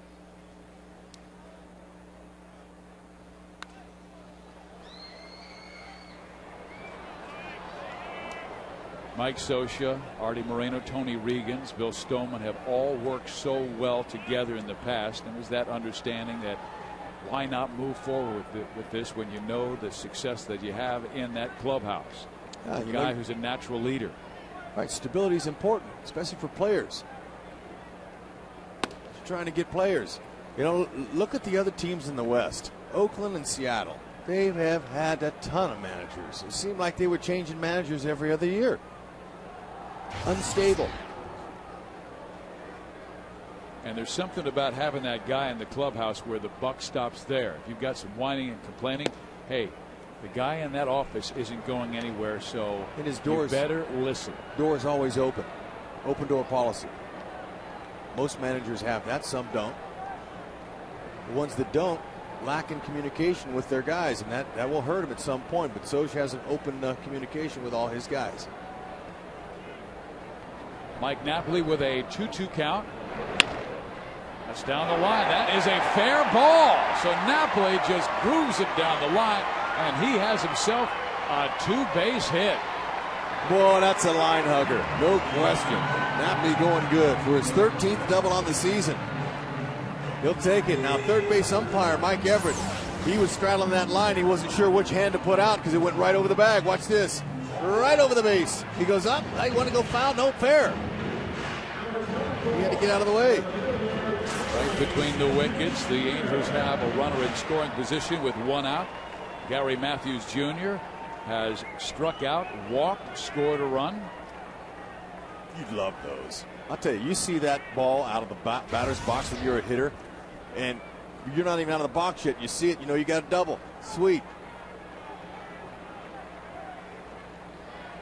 Angels playing so well despite not having Juan Rivera, Torrey Hunter, Vlad Guerrero.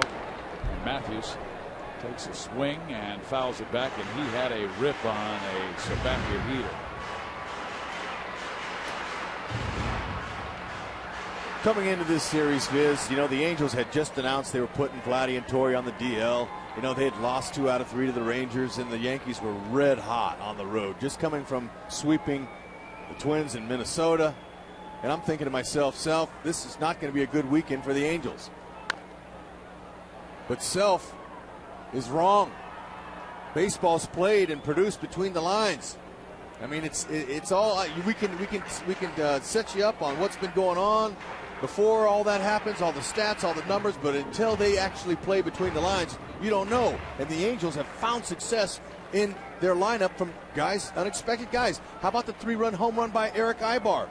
No one expected him to hook the pole down there. That was a big 3 points or runs that the Angels needed. 3 RBIs by Gary Matthews Jr. Kendrick and Wood coming up from the minor leagues to contribute. So whoever he puts in there has been doing the job. Gary swings and misses, and Sabathia strikes him out. Just the 4th strikeout for CC in the ball game. Well, if the Angels win today, it will guarantee first place going to the second half. The unofficial demarcation point of the second half of the season. The Athletics 11.5. Mariners playing much better baseball. Texas right now trails Seattle 1-0 that game in the middle innings. And they want to be in first place after the last game of the season. That's their goal. But still, if they can just hold on, to go into the nice break, sweeping the Yankees would be unbelievable. And they'll have some nice momentum and some good 3 days off. They'll open up against Oakland when they come back. Sabathia will intentionally walk Howie Kendrick to get to Brandon Wood, who was just called up from the minor leagues. Wood 0 for 2 with an RBI ground out. Kendrick doubled his last time up, and he's batting .475 against the Yankees in his career.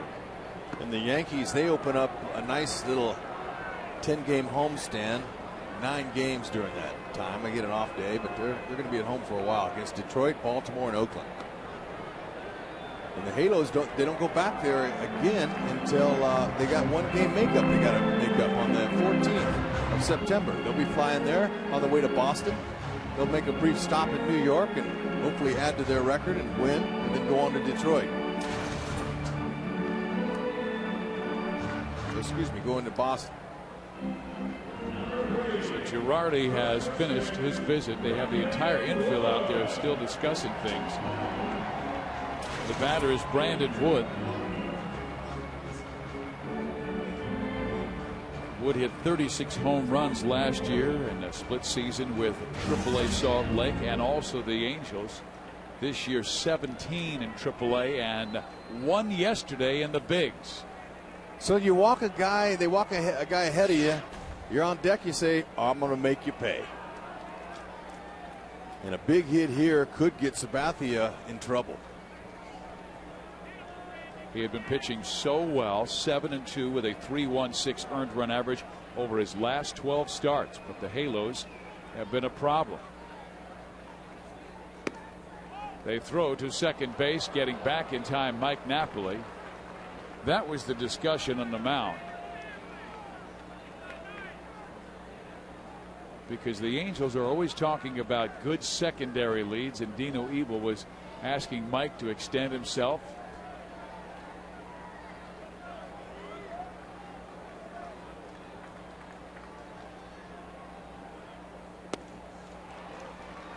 Ball, 1 strike.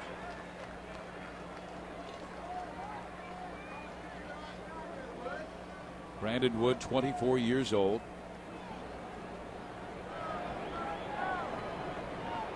Out of Phoenix, Arizona, the Angels' former first-round pick out of high school. Lights it off, 1-2. He's got quick hands. Very quick. That home run he hit yesterday was a ball down and out over the plate, and he put a little lift on it to the opposite field. Check it out. Ooh, that ball's down. A lot of hitters, they'll roll over that if the pitch is low. But home run hitters, they find a way to lift that pitch and get it into the stands. Sabathia has struck out 4 today. And now time called as Jose and CC want to be on the same page, not only with selection but location, where they want to get Wood out. Well, you know, 2 strikes on him. They really need a punch out to get out of it. But if somehow Brandon can get some good wood on it, he'll be in trouble. He's thrown a total of 88 pitches. Had that rough 4th inning where he threw 26 and gave up 4 runs. Just barely missing. The count is now 2 balls and 2 strikes. Oh, nice hook there. Perfect spot. Wood took it, hoping he wasn't getting called out. Must have missed the plate somewhere, but man, that was a good breaker. I thought it caught the heart of the plate. I did too. Wood's got another chance though.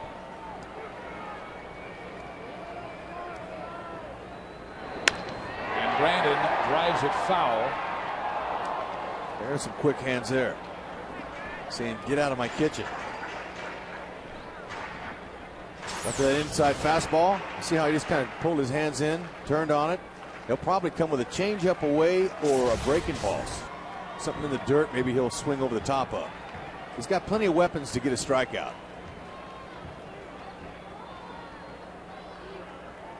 Velocity's good today. Wood swings and misses and strikes out. A pair of Ks in the inning for Sabathia.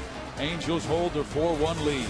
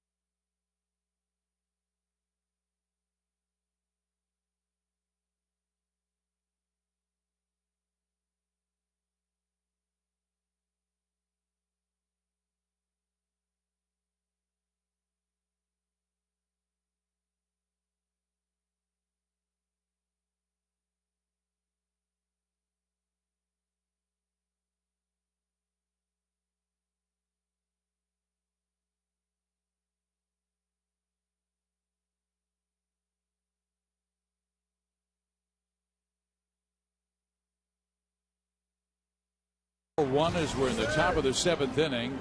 Some defensive changes for the Angels. They're going with Henry Morales at first base and also bringing in Reggie Willits to play for Rob Quinlan in left field. We have not been told where they will hit in the order because Quinlan's spot would have been next.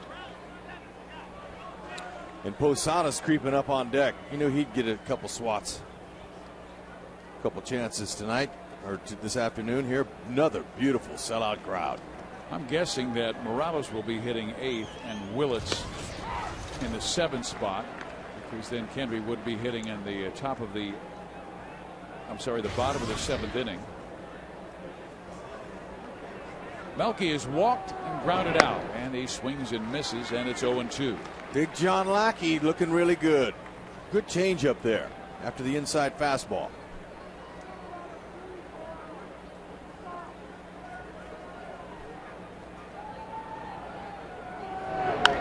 Melky fouls it out of play. Moving into the on-deck circle to hit for Jose Molina will be Jorge Posada. Molina got 2 starts over Posada, mainly because of the Angels' ability to run the bases and Molina's ability to control their running.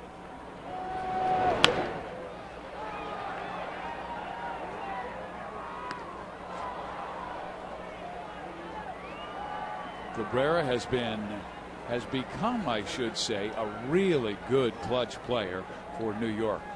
Just 24 years old, out of the Dominican Republic. He works the count as well as any Yankee.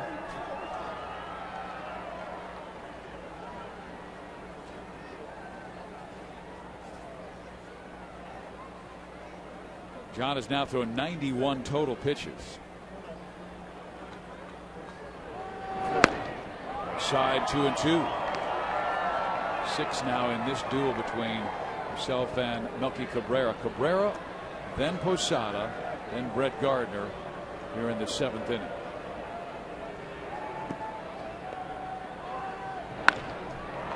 A gapper left center field. Gary Matthews Jr. will not get there. It bounces up against the wall, and Cabrera's done it again with a leadoff double. Matthews was playing him to pole in right center field, so he had a long way to go as Melky sliced that one away from him. Big breaking ball. That's a hanger. Usually balls that are hung in the zone with 2 strikes is going to get hit. So Jorge Posada's picking a pretty good time to come in here as his manager Joe Girardi says, I'm going to let you hit for Jose Molina. Get you in the game. Posada, a .281 hitter, 11 home runs, 38 RBIs, now batting for Jose Molina. He has not been a great pinch hitter throughout his career, but you told me the last home run he had as a pinch hitter was against the Angels back in May. May 2nd. 2-run shot off the bench. New York came in extremely hot. Their offense tough to hold down. The Angels have held them to 1 run through 6. This is a team that is first in runs, first in total bases, first in home runs, first in RBIs, first in walks. But trailing the Angels 4-1, and there's a line drive base hit up the middle. Cabrera's being sent home. Throw by Gary Matthews Jr. Not in time. It's a 4-2 ball game.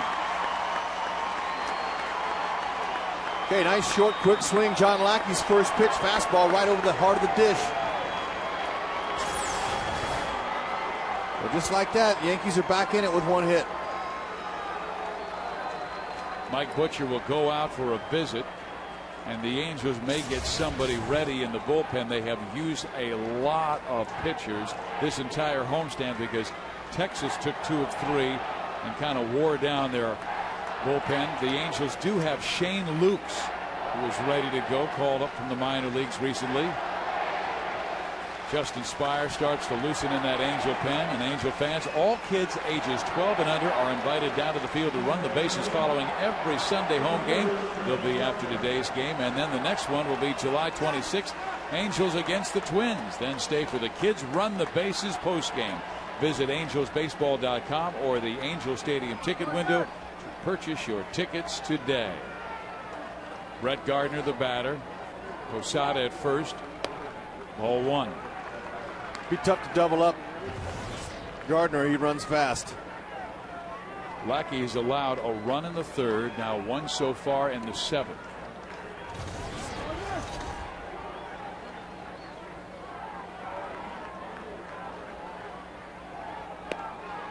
Strike in there. It's a 1-1 count. But we've seen Ichiro Suzuki ground into double plays. Gardner could too, I guess. We saw Figgins ground into a double play earlier today. Only the 2nd time he's done that this season. Gardner hits it sharply. Morales has it and throws it in the outfield. So the Angels defense backfiring on them today. Oh yeah, you can't get 2 unless you get 1. Esteuras, that ball was hit so hard. Esteuras, the shortstop, he had to get right to the bag, and so he was focusing on getting there, and the throw was off a little bit. Morales just winds up and throws, and Morales' throw wasn't that bad, although Esteuras' feet were kind of tangled trying to get to the base. So call it what you want. It's an error on Morales. It could have been a 3-6-3 double play. Instead, 2 on, still nobody out. Tying runs on, and Derek Jeter coming up. He has 15 hits in his last 35 at bats. Okay, Howie Kendrick miscued earlier in the game. It didn't hurt John. They got out of the inning. Yanks couldn't capitalize. Didn't go.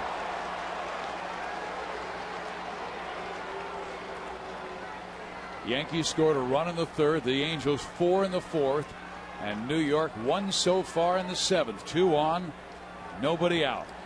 See if John can pick up Morales and come through. Jeter has grounded into 10 double plays this year.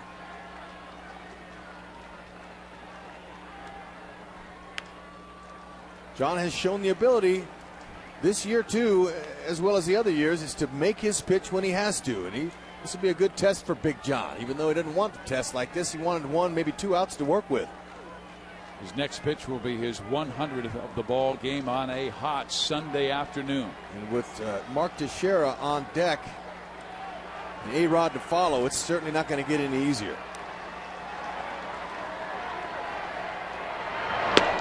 In there, 1 and 2. Jeter objects to the call.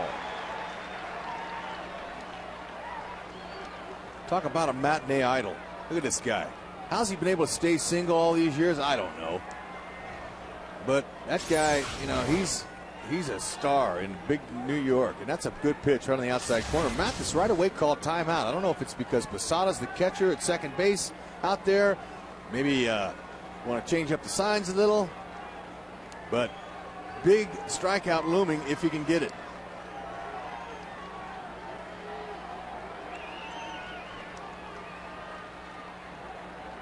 I mean, the fans, whenever Derek's on deck, any ballpark he goes to, he always turns around. They take pictures of him. And I said, hey, don't the flashes ever get in your eye? I mean, are you worried about that? He goes, Hud, it's all about the people. Base hit right field. Coming around, Posada.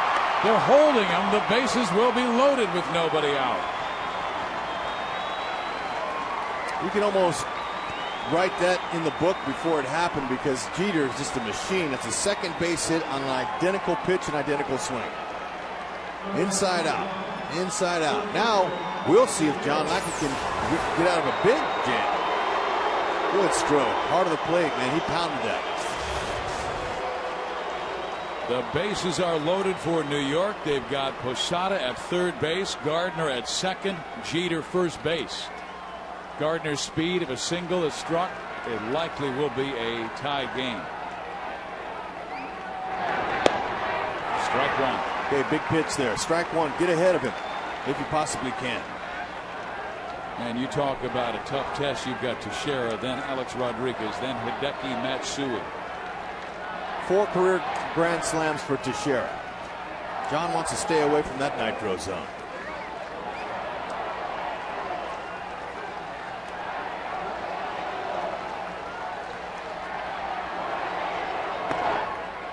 Outside, 1 ball, 1 strike. Yankees have hit just 1 this year. That's it. Angels the only team left in the American League that has not hit a grand slam.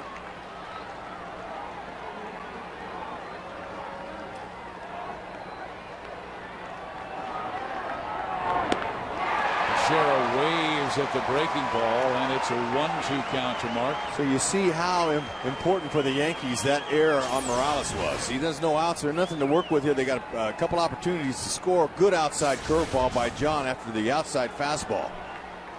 Definitely keeping it away from him on purpose. Mark swings and fouls it off the right side. John came inside in the low 90s. He's been trying to get Teixeira out away. Very good RBI man at the plate and on deck.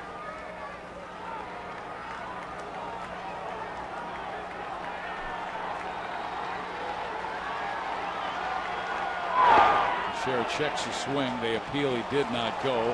And the count is now even at 2 balls and 2 strikes. Mathis smothers it. Automatically, thumbs go out. Spread those knees wide. Got to have good loose groin muscles there on the inside of your legs. Be able to spread them out like that with no injury. These guys are tough. Teixeira singled up the middle last time up against the shift. Outside, it's full 3-2 and no place to put Mark. Okay, he's got to execute. You see Posada's at third, Gardner's at second, Jeter's at first. He's got to execute a pitch here now. I wouldn't expect it to be a fastball. Maybe that outside curveball he got a call strike 2 on. Fans coming up. Big part of the game for the Halos.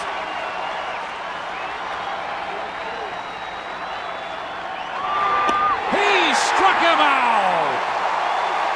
Pulled the string on a beauty. That's the curveball he's looking for. Now he's got one. He got that out himself. Now he's going to be looking for a little bit of help. If he can just entice Alex to hit one on the ground, it would be unbelievable if he could get out of it. Steve Solis now, he's picking up that phone there. Talking to Spire. Look at this perfectly executed curve. If he doesn't swing, he's going to be called out anyway. Great pitch by Big John. And it's not any easier here. The guy who has had so much success against Angels pitching and with 17 career grand slams. Swing and a miss, and he was trying to put the Yankees in the lead with that one swing. John got the 91 heater by him. A-Rod 0 for 3, striking out, grounding out, lining out. And he has been tremendous with the bases full in his career. Yep, they want to see him up, but you know what? Since he's up, Blackie's saying, I'm going to get him out. Confidence. Where might that have been? Tight zone by Brian Gorman. He's setting up inside, but man, that's a perfect outside pitch.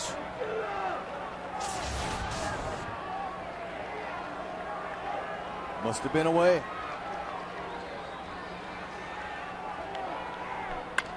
Ground ball third. Figgins has it. Touches third. Henry with the pickup. What a double play to end the 7th. Houdini has arrived here at Angel Stadium in John Lackey. There you go. That's some defense and nipped the arm and a great pick by Morales. Lackey says, I'm done. Stick a fork in me. I'm done. What a game.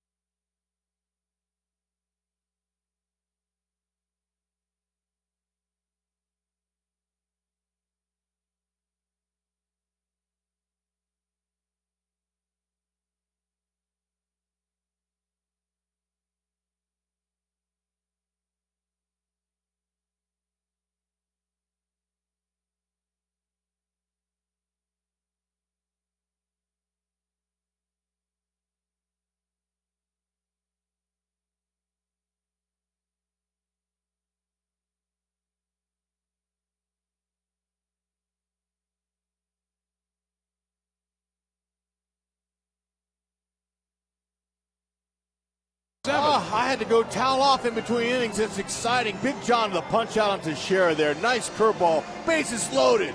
Figgins picks it. I didn't think he could. That ball might have taken a bad hop. Now watch the guy who made the error, Morales, with a great pickup, and the fans went crazy. Man, you thought the Angels hit a grand slam of their own, but that kind of magic, John Lackey's Houdini today. 5-3 double play. Angels bottom of the 7th inning. They know they need to put pressure on. And you can see John Lackey, his afternoon likely over. Very successful, quality start. Talk about, picking up your defense. John did that. Sometimes the defense picks up the pitcher, the offense picks up, the pitcher.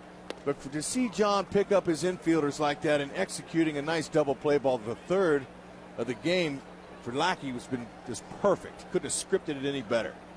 Reggie Willits will lead off, and not Kendry Morales. Morales in the 7th spot, which means he'll hit 9th now because of where they are in the order. They're at the 8th spot with Willits, Mathis, and then Sean Figgins.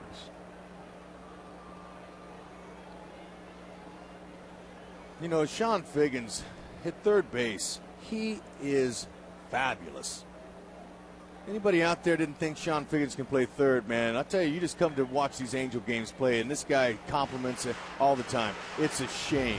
I mean a shame, especially with two guys scratching the All-Star game, that they didn't pluck him in there. Nelson Cruz, I'm happy for him, and it's a great experience for him and his family, but he ain't no more deserving than Figgy. Figgy's much more deserving. Nelson Cruz has not been an everyday player this year. Yeah, he's got a lot of home runs. I just don't understand it. I'm not going to let that bring a good moment down, though. The Angels are getting ready to sweep the Yankees here if they can just hold the lead. I love your passion, though. Well, that has never been debated. Nope. For some, it's too much, but others, I'm sorry. I can't help. I got to be myself.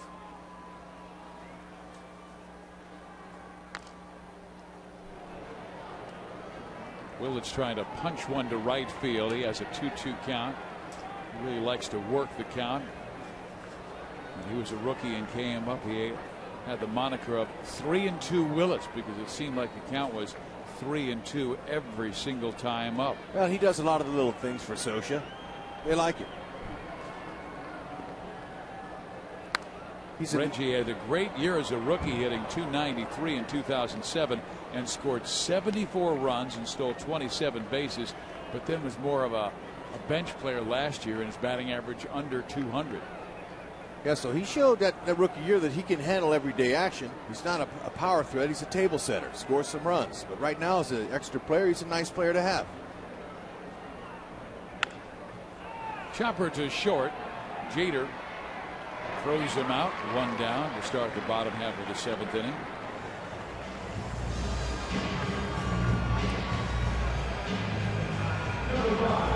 Sabathia is now for 98 pitches.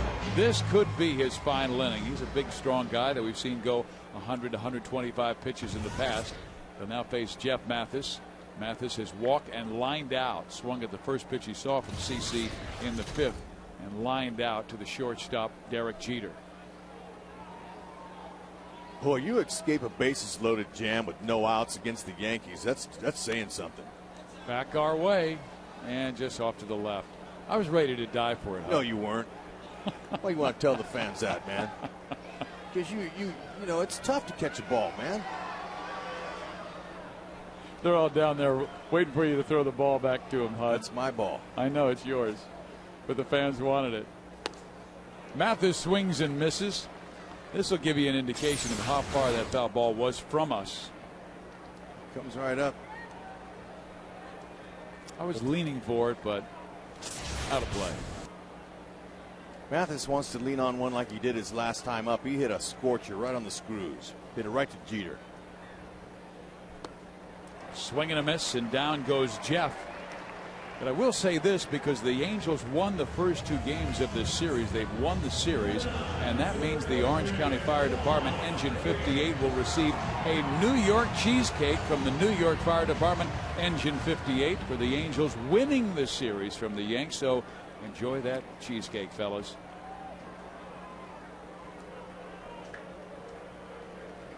Angels won on Friday 10-6, rallying from a 4-run deficit twice. And then yesterday, down 4-0, roared back to win 14-8. They were down 1-0 today and scored 4 times in the 4th. The Yankees scored another in the 7th. You know, for all these players, 3 days off in a row is a beautiful thing if you're not going to the All-Star game. So guys will come and, I mean, they'll bring their bags. They're going somewhere. Everybody's got their own destination they're going. Some will go back home. But regardless, there's always a meeting from the manager. Sochi either met with them before the game, his Angels, or after the game, just to remind those guys, watch out, be careful what you do, be careful, you know, on your ski-doos or whatever you're doing out there, be really careful, because remember, we're in a championship season and we need each and every one of you guys, so think before you act. And that's from all the managers that held meetings when I was playing. I've never heard Sochi's meetings before and don't really need to, but just with all the experience I've had, they always stress, be careful with accidents, anything like that. His All-Star, Torrey Hunter, wants so badly to go to the All-Star game in St. Louis because the Cardinals were the team that he pulled for growing up. And now St. Louis is hosting that All-Star game. And Torrey said, I believe they want me to stay back and rehab my adductor muscle. Oh, so he's not even going. I'm not sure. You know, that's what he said just the other day, that, I mean, he'd love to go. How about that guy, Weaver? Weaver deserves to go. 10-3 record. Figgins foul. Weaver has been the Angels' #1 pitcher all year long. Outside of a couple of outings, his ERA has always been under 2, but recently he's crept up over the 3, but still respectable. And when he gets the ball, the Angels like their chances of winning. Tied for 2nd in wins. He is 9th in ERA. He is 6th in strikeouts. He's 10th in innings pitched. Not going to the All-Star game. So deserving. And I just think it's a little unusual that Boston gets 6 in and the Angels only get 1 in, and both are leading their divisions. Something got to be done with that. Just and because I know it's Hunter and Fuentes, so it's actually 2, but Torrey can't play. Well, the East Coast is 3 hours ahead, so lots of times the box scores from the West Coast don't even make the East Coast paper. So they're going to get more publicity. They're going to get more votes, all that whole stuff, and that's okay. They sometimes. Figgins to left center field, and that's trouble, and Melky won't reach it. A base hit for Sean. Will he stop at second? No, he's going for 3. Throw by Jeter. Safe! That's what the fans like to see. Sean Figgins get biggy with it. With his legs, with his glove, with his arm. That ties him now first in the American League with Willie Bloomquist with 7 triples. Sean Figgins earned it. Watch this. Out of the box. He sees it down. Melky can't make the play. He touches the inside part of the base. Now he's going to touch the inside part of second base. That's proper. Never breaking stride. Figgy. Sit down triple, and likes it. And so does the fans here on the sellout crowd. All 3 games here, these Angel fans have been entertained with flat-out baseball. Track meet will break out. We've seen the track meet, and man, they're not stopping. Pedal to the metal. Man, I love it when you call it triple and you analyze it. It sounds like a horse race, and the horse was named Sit Down Triple. That's right, Biggie. That's the winning horse. Now there's a guy who grew up right here in Tustin, Orange County. Phil Hughes. Yep, he's getting loose. Foothill High School. Batter is the tough Mysoris Turris. He's always been clutch throughout his career, and you just wonder if they'll maybe work around Mysor, not give him anything good to hit, because a left-hander, Bobby Abreu's on deck. Although Bobby's no day at the beach with a couple of hits and a 58th RBI.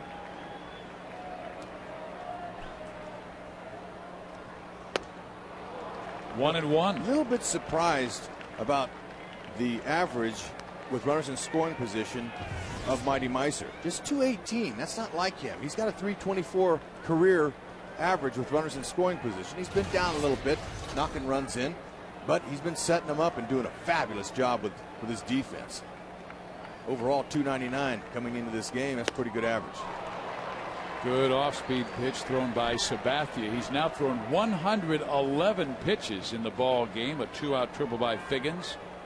That changeup's an excellent pitch for CC. He uses good arm speed with it.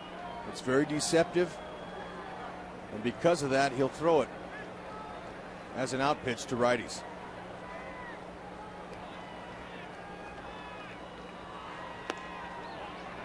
Again, he teases him away.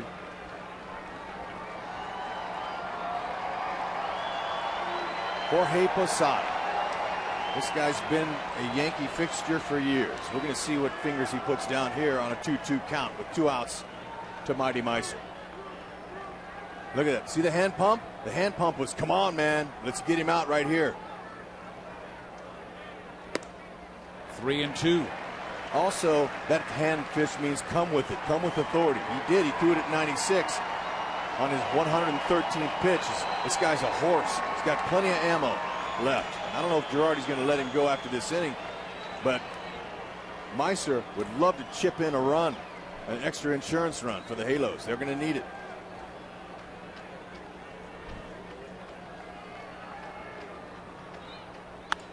He punches one to right center. That will drop, and the Angels go up 5-2. There's your mistake. You have a good at bat like that. You hit the fastball. Girardi shaking his head, saying, "Should I go get him?" Yep, he's going to go get him. Good job, CC. But Angels just touched you a little bit today. You still look good, my man, but the Angels are flying high. After New York scored a run in the top of the 7th, the Angels roar back with a run in the bottom of the 7th.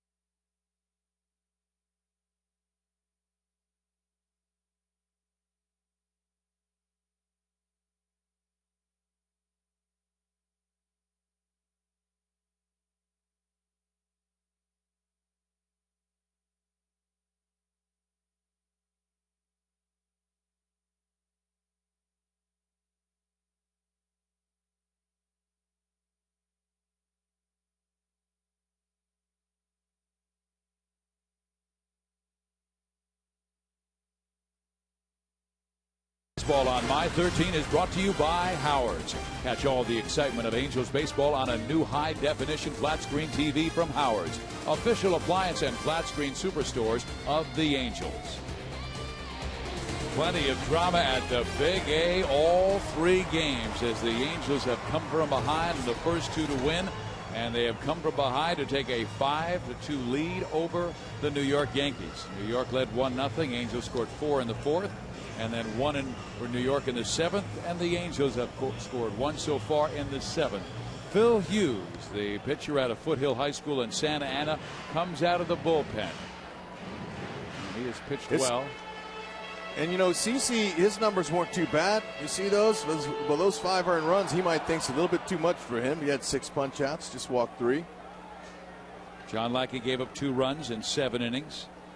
But Phil Hughes, he's continuing to develop. He hasn't reached his ceiling yet. Okay, he's been interrupted by some premature exposure to the major leagues last year. They kind of let him pitch early when he wasn't really developed. That was a front office move, and it kind of backfired a little bit on him. Young prospect. He's a middle of the rotation type of pitcher. He's got the stuff in the arm to be productive as a starter. Well, he owns a 106 earned run average in 12 relief appearances this year since moving into that 8th inning and role, and he's not allowed a run in his last 10 outings. His stuff has always been good. Great size and leverage at 6'5", 240. Yeah, he's got a Josh Beckett type curveball. It's a big bender. He's got a cut fastball and a fastball he'll use in on lefties. Former Yankee Bobby Abreu at the plate. Pitch out, and Asturias was not going. The Angels ran a lot on Jorge Posada. It's one reason that Joe Girardi started Jose Molina in games 1 and 3 of this series. But then he brought Posada in. He needs his bat. And he got a pinch hit single, knocked in a run.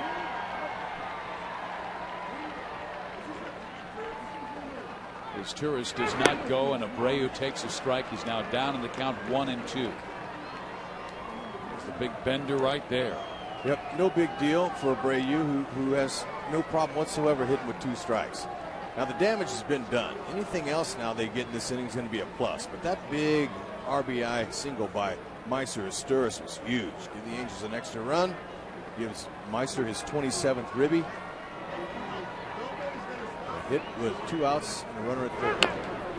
Slow comebacker. Hughes will take it in time, and the inning is over. But the Angels get a triple by Figgins, a single by Asturias, and take a 5-2 lead.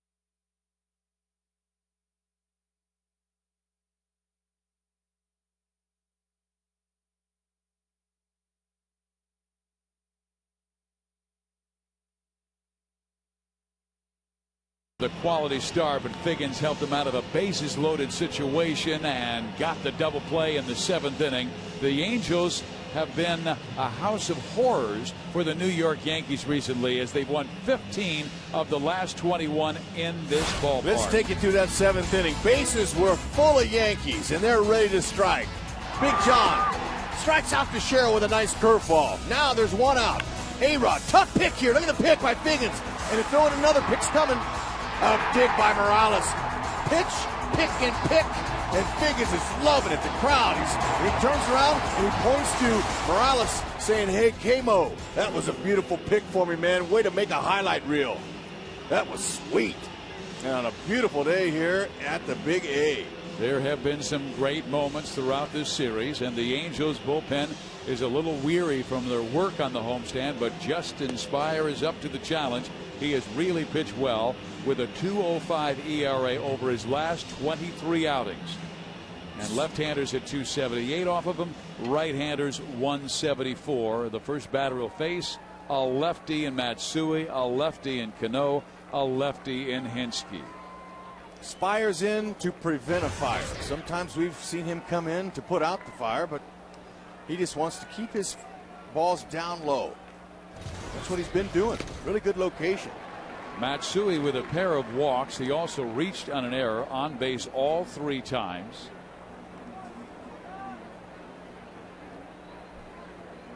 Justin came after him with that fastball, and his velocity and location have been much better lately. He owns 16 strikeouts in his last 12 and a third. There's a strike on the outside corner. 0-2 to Matsui. Well, he'd had a violent leg kick before they kind of adjusted him a little bit, and so it's not quite as violent. He still has the same height to his leg kick, Spire, as he holds the split finger in his hand there so the hitter can see it. Change the ball in his glove sometimes, but there it is. That's the little tumbler he'll use to get a strikeout pitch, but mainly what's been working for him is strike one. He's been getting ahead of hitters, and when you come in and there's men on, or you're coming in to start an inning like this, Mike Butcher says get ahead of hitters. Easier said than done, but Justin's been doing that. So we got a good eye. Foul out of play, 1-2. Texas has come back to tie the Seattle Mariners in the bottom of the 6th inning. It's Texas 3, Seattle 3. Mariners were up 3-0 in those middle innings. And it was Eric Bedard to start that game against Dustin Nippert. Angels lead the Rangers by a half game in the West and lead Seattle by 4. Matsui takes the floater outside. That evens the count at 2-2. Hideki, one of those guys who will walk quite a bit more than the Japanese player Ichiro Suzuki. Yeah, two different styles. Another floater that misses. Doesn't want to lose the leadoff man. He had him down in the count. 1 ball, 2 strikes. Robinson Cano waiting on deck.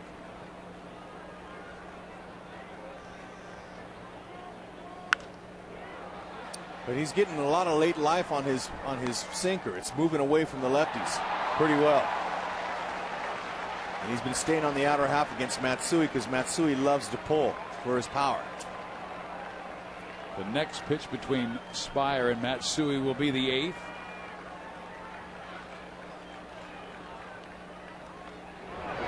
Hideki walks for the 3rd time today. He's been on all 4 times, 3 walks, and reaching on the Kendrick error. If you're traveling and can't watch your Angels on Fox Sports West or KCOP, you can always catch the game on your computer with MLB.TV. New 2009 MLB.TV premium features include HD quality where available and the ability to pause, fast forward, and rewind live games. For more details, visit angelsbaseball.com, where baseball is always on. Spire against Cano, and Robinson base hit right field. So not a good start for Justin with a walk and now the single. Nope, and the Yankees power. That's why they're in every game. They've got power and they can throw up runs quickly. So you put the first 2 guys on, now a homer ties it up.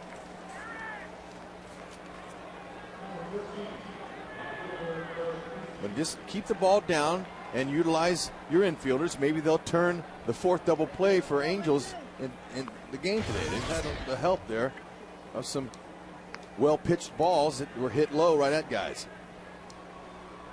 The Angels bullpen has been pitching much better. And since June 12th, the span in which the Angels have gone 19-8, the bullpen is a big part of that. They're 7-1 with 11 saves and a 3.3 earned run average. But Spire needs to make a big pitch here against a lefty, Eric Hinsky, who has popped up, flied out, and struck out.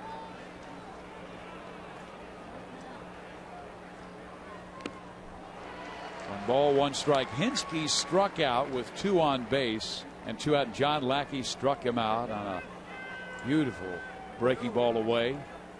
And then, of course, John got out of that bases loaded double play, 1 out.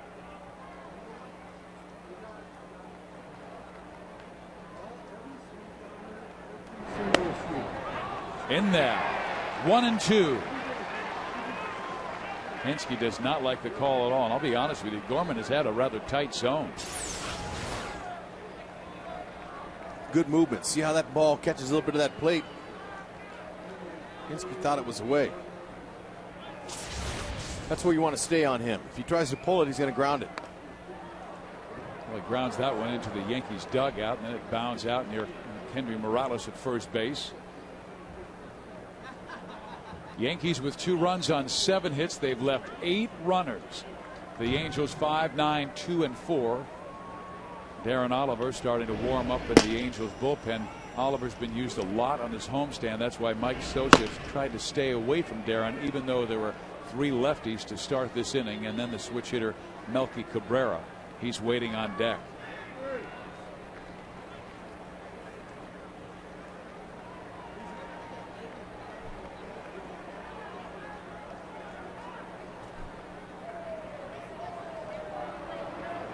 John Lackey did a brilliant job today. He retired the side in the first inning, but since that time the Yankees have left base runners in every single inning. So you can credit good pitching for that or bad hitting. We'd like to credit good pitching. Yeah, John made some big pitches at the right times. Angels pitches inside, almost hit Hinsky. It did hit him. And now the bases are loaded. Wow. To get out of one bases loaded situation with no outs, that's big, especially in the time of the game. But to do it again, I don't know. I don't know if I like their chances here. Spires worked himself into some trouble. Well, Spire worked himself into some trouble when he could not get Matsui out when he had him down 1-2 and then walked him. And then first pitch swinging Cano singles. Now Hinsky gets hit in the foot. And out comes Mike Butcher to kind of slow things down because they may have to go to Darren Oliver ASAP. Tying runs are on. Well, one thing about today, as hot as it is, it won't take Oliver long to get loose. Matt Palmer with Darren Oliver. You've got the switch hitting Cabrera, the switch hitting Posada, then Brett Gardner to follow.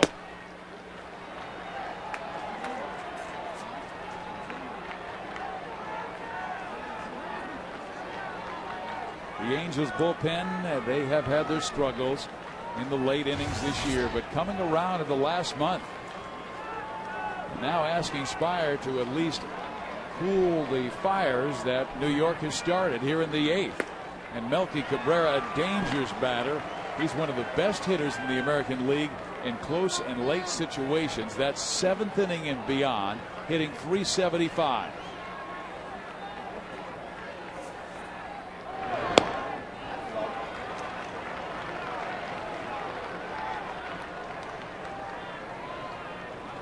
Clutch.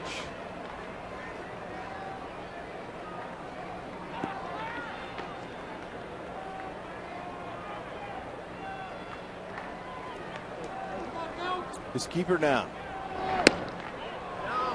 2-1. His keeper down. Hope that he hits into a double play. That would be the best case scenario. Of course, triple play would, but the way they're going, the Angels, you never know.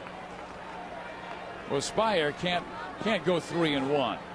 He's got to find a strike zone, and Melky lines it over the shortstop's head. That will score Matsui. They will hold the runner. Bases stay loaded. A run home, making it a 5-3 ball game. Here come the Yanks. Well, the Angels helping him out with a walk and a hit batter. That's the challenge for Spire. He had thrown so well coming into this game, but very wild in this one, so Mike Scioscia will make the change. Wants Darren Oliver.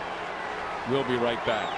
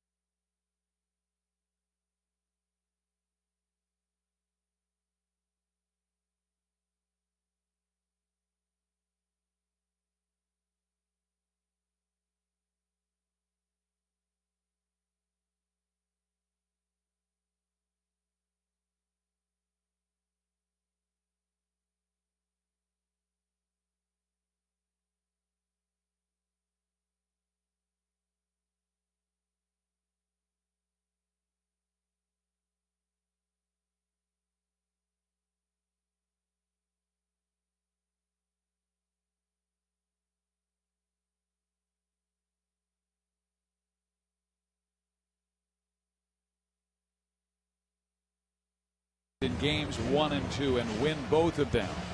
And they've been able to wiggle out of jams in the first 7 innings, but Justin Spire got them in a world of trouble here in the 8th inning with a walk, a single, a hit batter, and now a single to make it a 5-3 ball game, and Darren Oliver will come out of the pen. The Angels are now on Facebook and Twitter. Become a fan of the Angels page and share it with your friends in the Facebook universe. Also be sure to get the latest Angels news tweets on Twitter. All this and more can be found at angelsbaseball.com/connect. Oliver with a 3-0 record, a 3.08 ERA. The Angels trying to get out of another jam, and another clutch player at the plate, the veteran Jorge Posada. Yep, so they're going to put him over on the right side of the plate by bringing the lefty Oliver in, where Jorge's hitting .339. 2 for 6 with the bases loaded this year.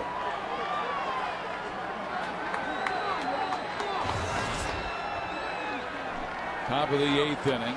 Cano is at third, Hinsky second, Cabrera first.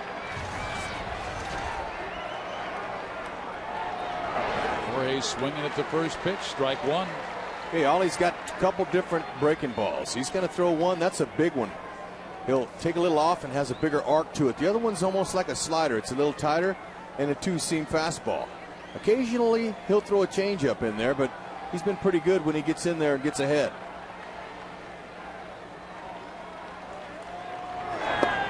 Jammed him, but the pitcher's too far inside. 1 ball, 1 strike.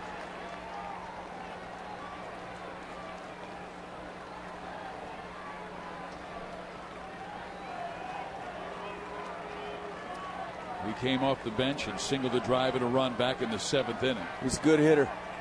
Likes to swing from the right side. Outside 2-1. The Angels have not put themselves in a good position with their bullpen. First Spire not controlling the count. Now Oliver falling behind with the bases loaded 2-1. Very disciplined hitting team that leads the American League in walks. In the air, center field. I don't think that's going to do it. Matthews waiting, makes the catch. They're going to send the runner. Cano, he will score, and that makes it a 5-4 ball game. Well, it looked a little bit shallower than it ended up. Matthews had a tough time just to catch that ball. It's not easy out there in the field in the sun like that. He battled just to catch it, but that sacrifice came through by Jorge. Double play still in order. Got a speed guy at the plate. And now they're going to bring in Nick Swisher. They're going to have Nick Swisher pinch hit for Brett Gardner.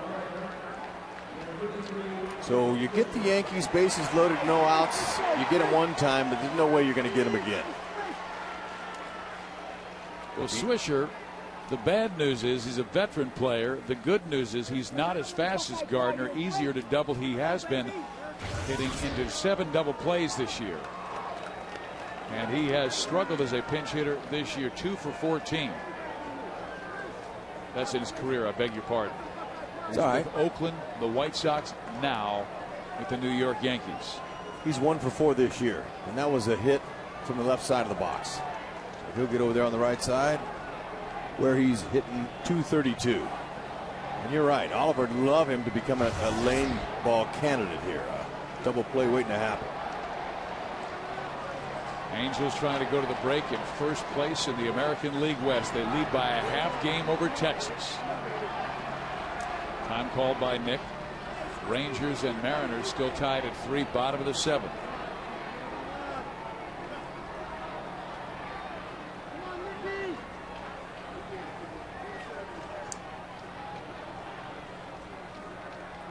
Swisher with very good power, hit 24 home runs last year for Chicago. And takes a strike here. Yeah. This year Nick has hit 14. Nice little fastball to get ahead of him on the inner half. Slow curves, fastballs down low is what Oliver wants here. Swisher, he wants a wheelhouse ball, right belt high.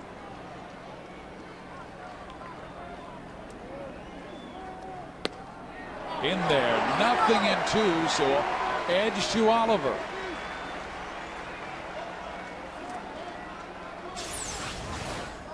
Nice curveball for strike two. That's a beauty. That came in off the outside part of the plate and down with some good bite.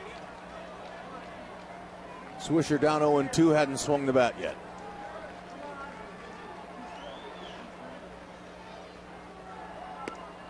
Just outside, and Nick turned his head all the way to the umpire to hope that Brian Gorman would not call him out on strikes.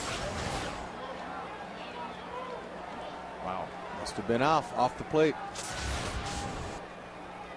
Now he just probably got himself another breaking ball coming.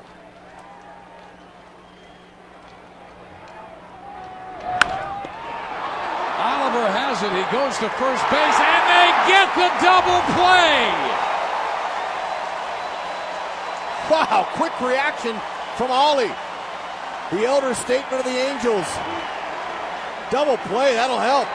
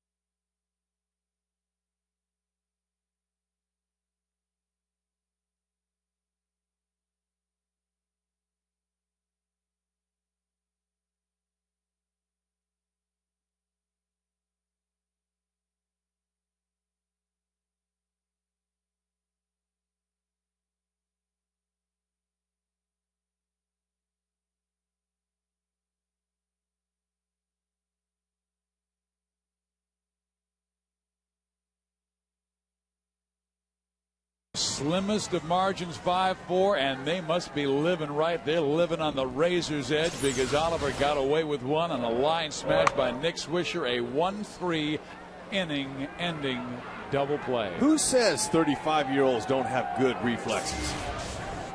That was a beauty. Oliver, I just gave him some age. He's 38. That's Abreu who's 35. 38, and he's great.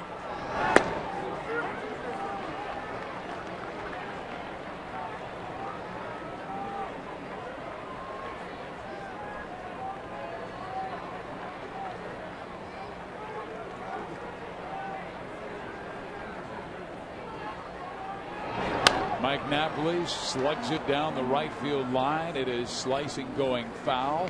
And the count goes 0-2. Phil Hughes on the hill, replacing CC Sabathia, who gave up 5 runs in 6 2/3.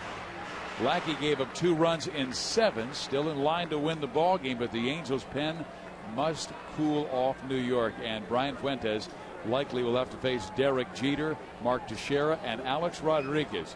Ooh my. That's in the top of the 9th. Time was called. Brian heading to the All-Star game, a man who leads the major leagues in saves with 25, warming up. Remember we talked about that big run that Meister Asturis knocked in back in the 7th inning? Huge. Napoli swings and misses on a high heater, and Hughes strikes him out. So won't you know that Fuentes will have meat of the Yankee order to have to get out. Jeter, Teixeira, A-Rod, Matsui. Good luck to you. Tough outs. You mentioned that, but still, that's the game. It's beautiful.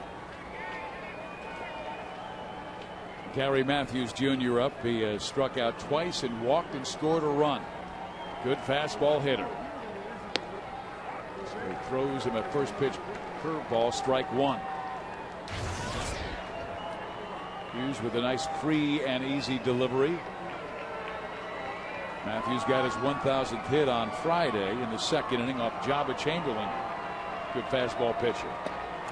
Well, you'll see Hughes back in that rotation sometime, maybe next year. They might put him in there. They could this year, depending on what happens and their injuries and stuff. But this guy, he's got a nice future ahead of him.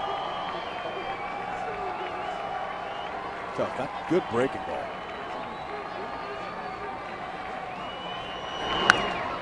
Ground ball, second base. Cano has it.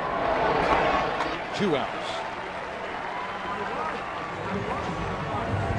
But how about some 3 outstanding ball games? A lot of offense in the first 2. This one here, more of a nail biter, more of a pitcher's game. But man, these fans have been entertained with some base running and some fielding, some offense.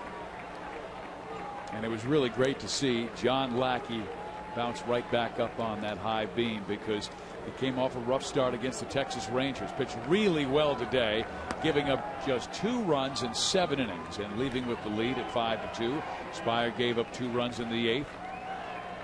Oliver cooled off the damage with an inning-ending double play. The Angels have turned 3 double plays against New York today. Howie Kendrick takes another, and it is a 1-1 count. Big 77-mile-an-hour breaking ball.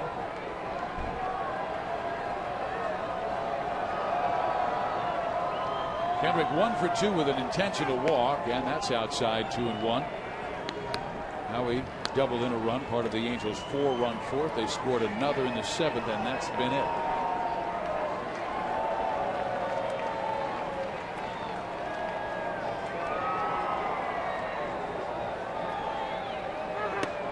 Three and 1. We're worried about the guy who's hit .475 against New York in his career. Right-handed batter out of Jacksonville, Florida.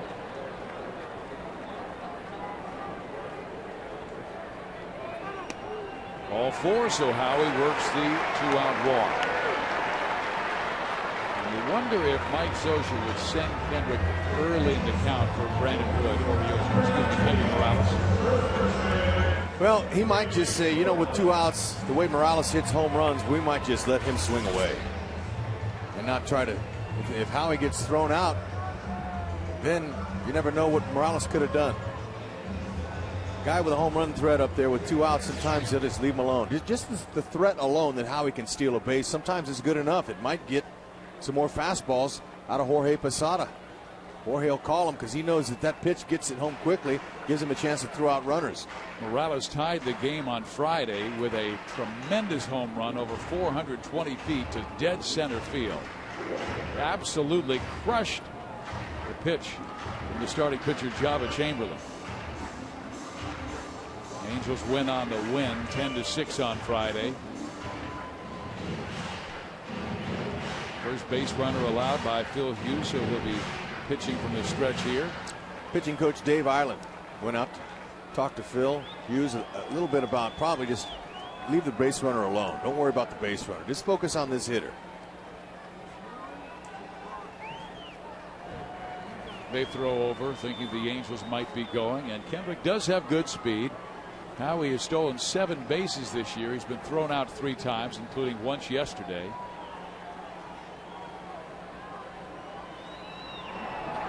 Howie was kind of funny about his lack of walking. And earlier this year, when he walked 2 times in a game, he was telling the media, he said, yeah, my heart was beating so fast when the count got to 3 balls. You want to try to slow everything down. That's the important thing. Slow it down as a hitter. In there. Morales, he's an excellent low ball hitter, but he's a good high ball hitter too. And that's kind of where Philip Hughes is. He likes to throw high fastballs. This could be a good matchup for Morales. Watch for that curveball. He's been throwing a lot of. Again, they throw over to first base. Those are courtesy calls. Teixeira's not even applying the tag on Howie.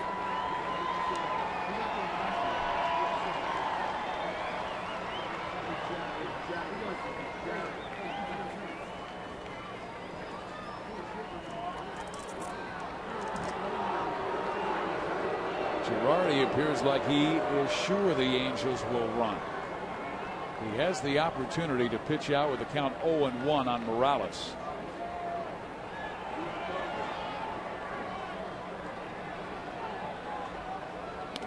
And that will get Kendrick to second base. A wild pitch thrown by Phil Hughes.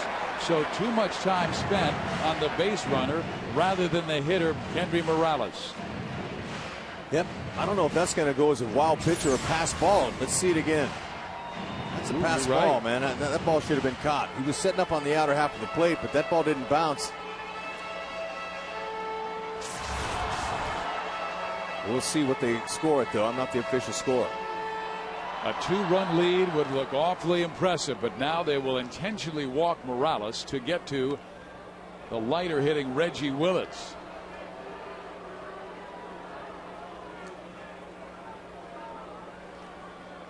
The Angels still could change up and bring on Juan Rivera, but then they would lose an outfielder. And they want Willits' defense in there when the Angels are in the field in the bottom of the 9th inning. Now, Willits, he's good for this situation here. He's not a home run hitter or even barely a doubles hitter. He's strictly singles. He might hit a double occasionally, but you know, all he needs is a single to score Howie Kendrick, wreck second base. You talk a lot about if you are in an RBI situation, you've got to be aggressive. They've got a runner at second base. Getting a 2-run lead awfully important. Reggie a lot of times looks and works the count, works the walk. What should his philosophy be? He's a run producer right here. He's up here right now to knock in a run. Be ready at first pitch. He takes first pitch, fastball, ball 1. 2-on. Willits has never hit a big league home run.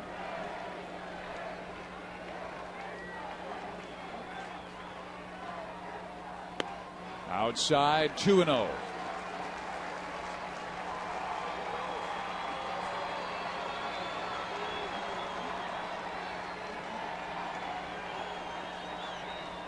Shallow and left is Nick Swisher. In there. 2 balls and 1 strike. That's a perfect pitch for him to serve that ball to left field. Still, you want to be able to get yourself a good pitch that you can handle, and he's worked that count. 2-1. Mathis on deck.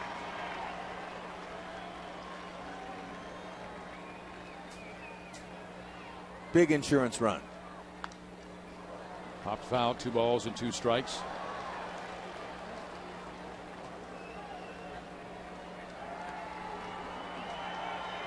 Hughes was able to get the first 2 batters out in this 8th inning, striking out Mike Napoli swinging, getting Gary Matthews Jr. out on a ground out, but a walk to Kendrick, then the intentional walk following a pass ball to Posada. 2 on, 2 out. Reggie takes high, 3-2. So now the runners will be moving. They'll be moving. Let's see. But I tell you, Reggie wants to swing the bat. Don't want to be called out looking, trying to eyeball a pitch. It's not like Babe Ruth on deck. No offense to Mathis. But he needs to look to hit here.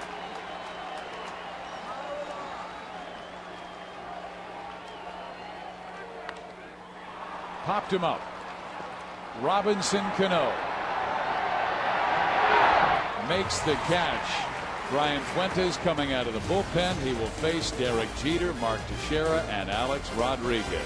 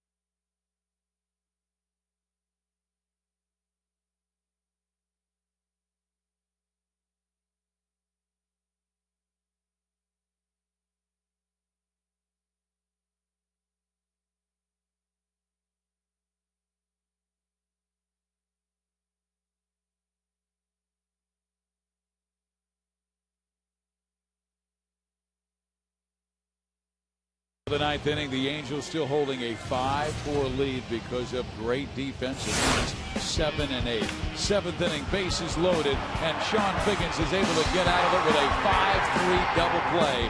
And then in the last inning, with the Yankees scoring 2, a line out by Nick Swisher right to Darren Oliver, who gets the double play at first base, and the Angels still lead it 5-4. Trying to sweep New York. They love beating the Yankees, and the Angels have been successful. They've won 16 of the last 21 over New York in this ballpark. And remember, part of the pain has come in the playoffs when the Angels knocked them out in 2002, knocked them out again in 2005. So in the top of the ninth inning, oh, what a matchup. Brian Fuentes heading to the All-Star game to face All-Stars Derek Jeter and Mark Teixeira. They'll be playing in the same club on Tuesday, but right now they are enemies. Fuentes, he's going to come right after him. 91-mile-an-hour fastball. And Derek swings at the first pitch, fouling it out of play, strike one. Yep, Jeter, he knows. Smart guy, does his homework. He knows that closer's trying to come right in there. Now, he's not overpowering closer. He's going to go 88 to about 91. Going to throw a nice deceptive slider, and lately he's been throwing that for strikes. And he's got an effective changeup that he'll use when he feels like he has to. You see, he's got the closer demeanor. He's mean looking. Jeter punches it. Morales has it, and one big out. That's a big out right there for confidence and keeping Jeter off the base for these other monsters that are coming up. You've got Teixeira with 21 home runs, followed by Rodriguez with 17. Angels have trailed all 3 games of this series, and they've won the first 2. Can they make it a sweep after they're down 1-0 early? Teixeira has grounded into a double play, struck out, singled, and struck out. Those at bats against John Lackey. Hey, Jeter was aggressive, swinging early. Teixeira taking early, ball 1. Seattle has got in front of Texas 5-3 in the top of the 8th inning. We got the sign over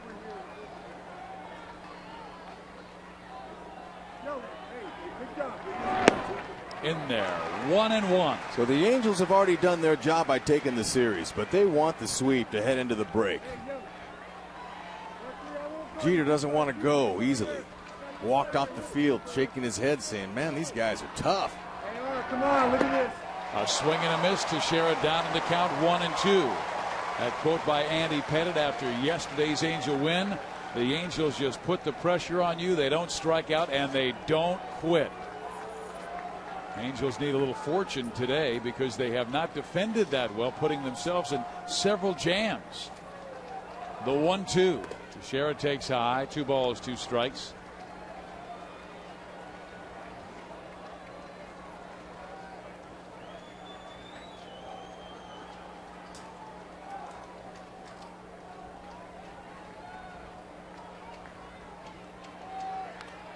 Mark with a great eye fouls off the pitch. He'll walk a lot. That was his pitch right there. You want to miss that. I don't like you anymore.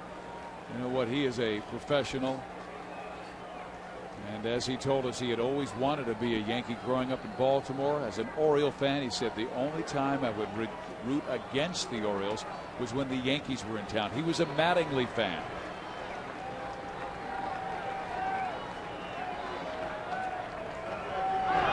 Teixeira again fouls it back.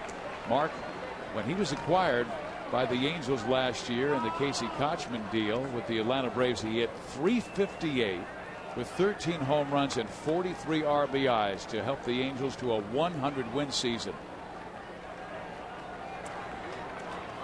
That's 2 fastballs in a row right to Teixeira that he missed. Hits that one well. And in comes Reggie Willis, but it's Gary Matthews Jr. to pull it off. I thought that might reach the gap, but Gary got a good break. And there's 2 outs now in the 9th inning. Hit it off the end of his bat. Thought it might drop in between them. Matthews immediately broke in towards left center.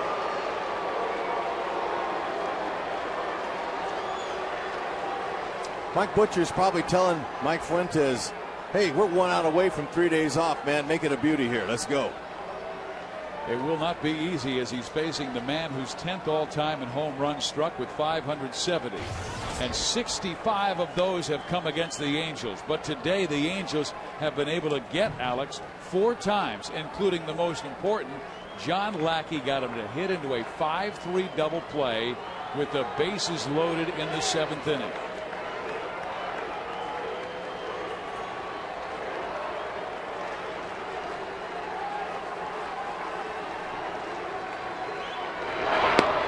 What's it like for Alex, who hasn't faced a guy like Fuentes very often, because Brian always was in the National League and Alex always in the American League? Just tell yourself this is just another at-bat here, except it's the last one of the day. And they need me to hit a homer, so he's looking for 1 out over the plate. He's going to take one. He wants to see a few anyway. Good breaking ball, strike 1. Foul back, strike 2. So advantage, Fuentes. Fuentes is awfully sneaky, very deceptive. So for hitters that haven't seen him before, it can be tough. And the Angel fans have thoroughly enjoyed this whole 3-game series here. I mean, to the max. They're on their feet at the Big A. They won't be able to see the Angels until they come back on the 23rd against Minnesota.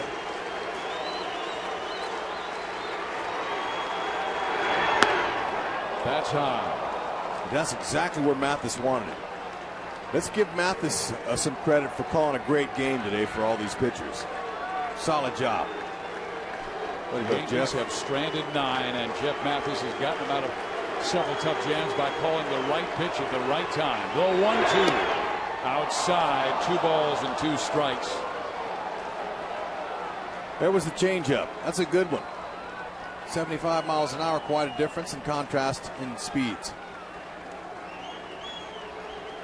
A-Rod has that tremendous ability to show power right center. Hit a home run yesterday to right center field on a pitch away from him. The 2-2. Swung on and missed. The Angels sweep the Yankees. Light up the halo.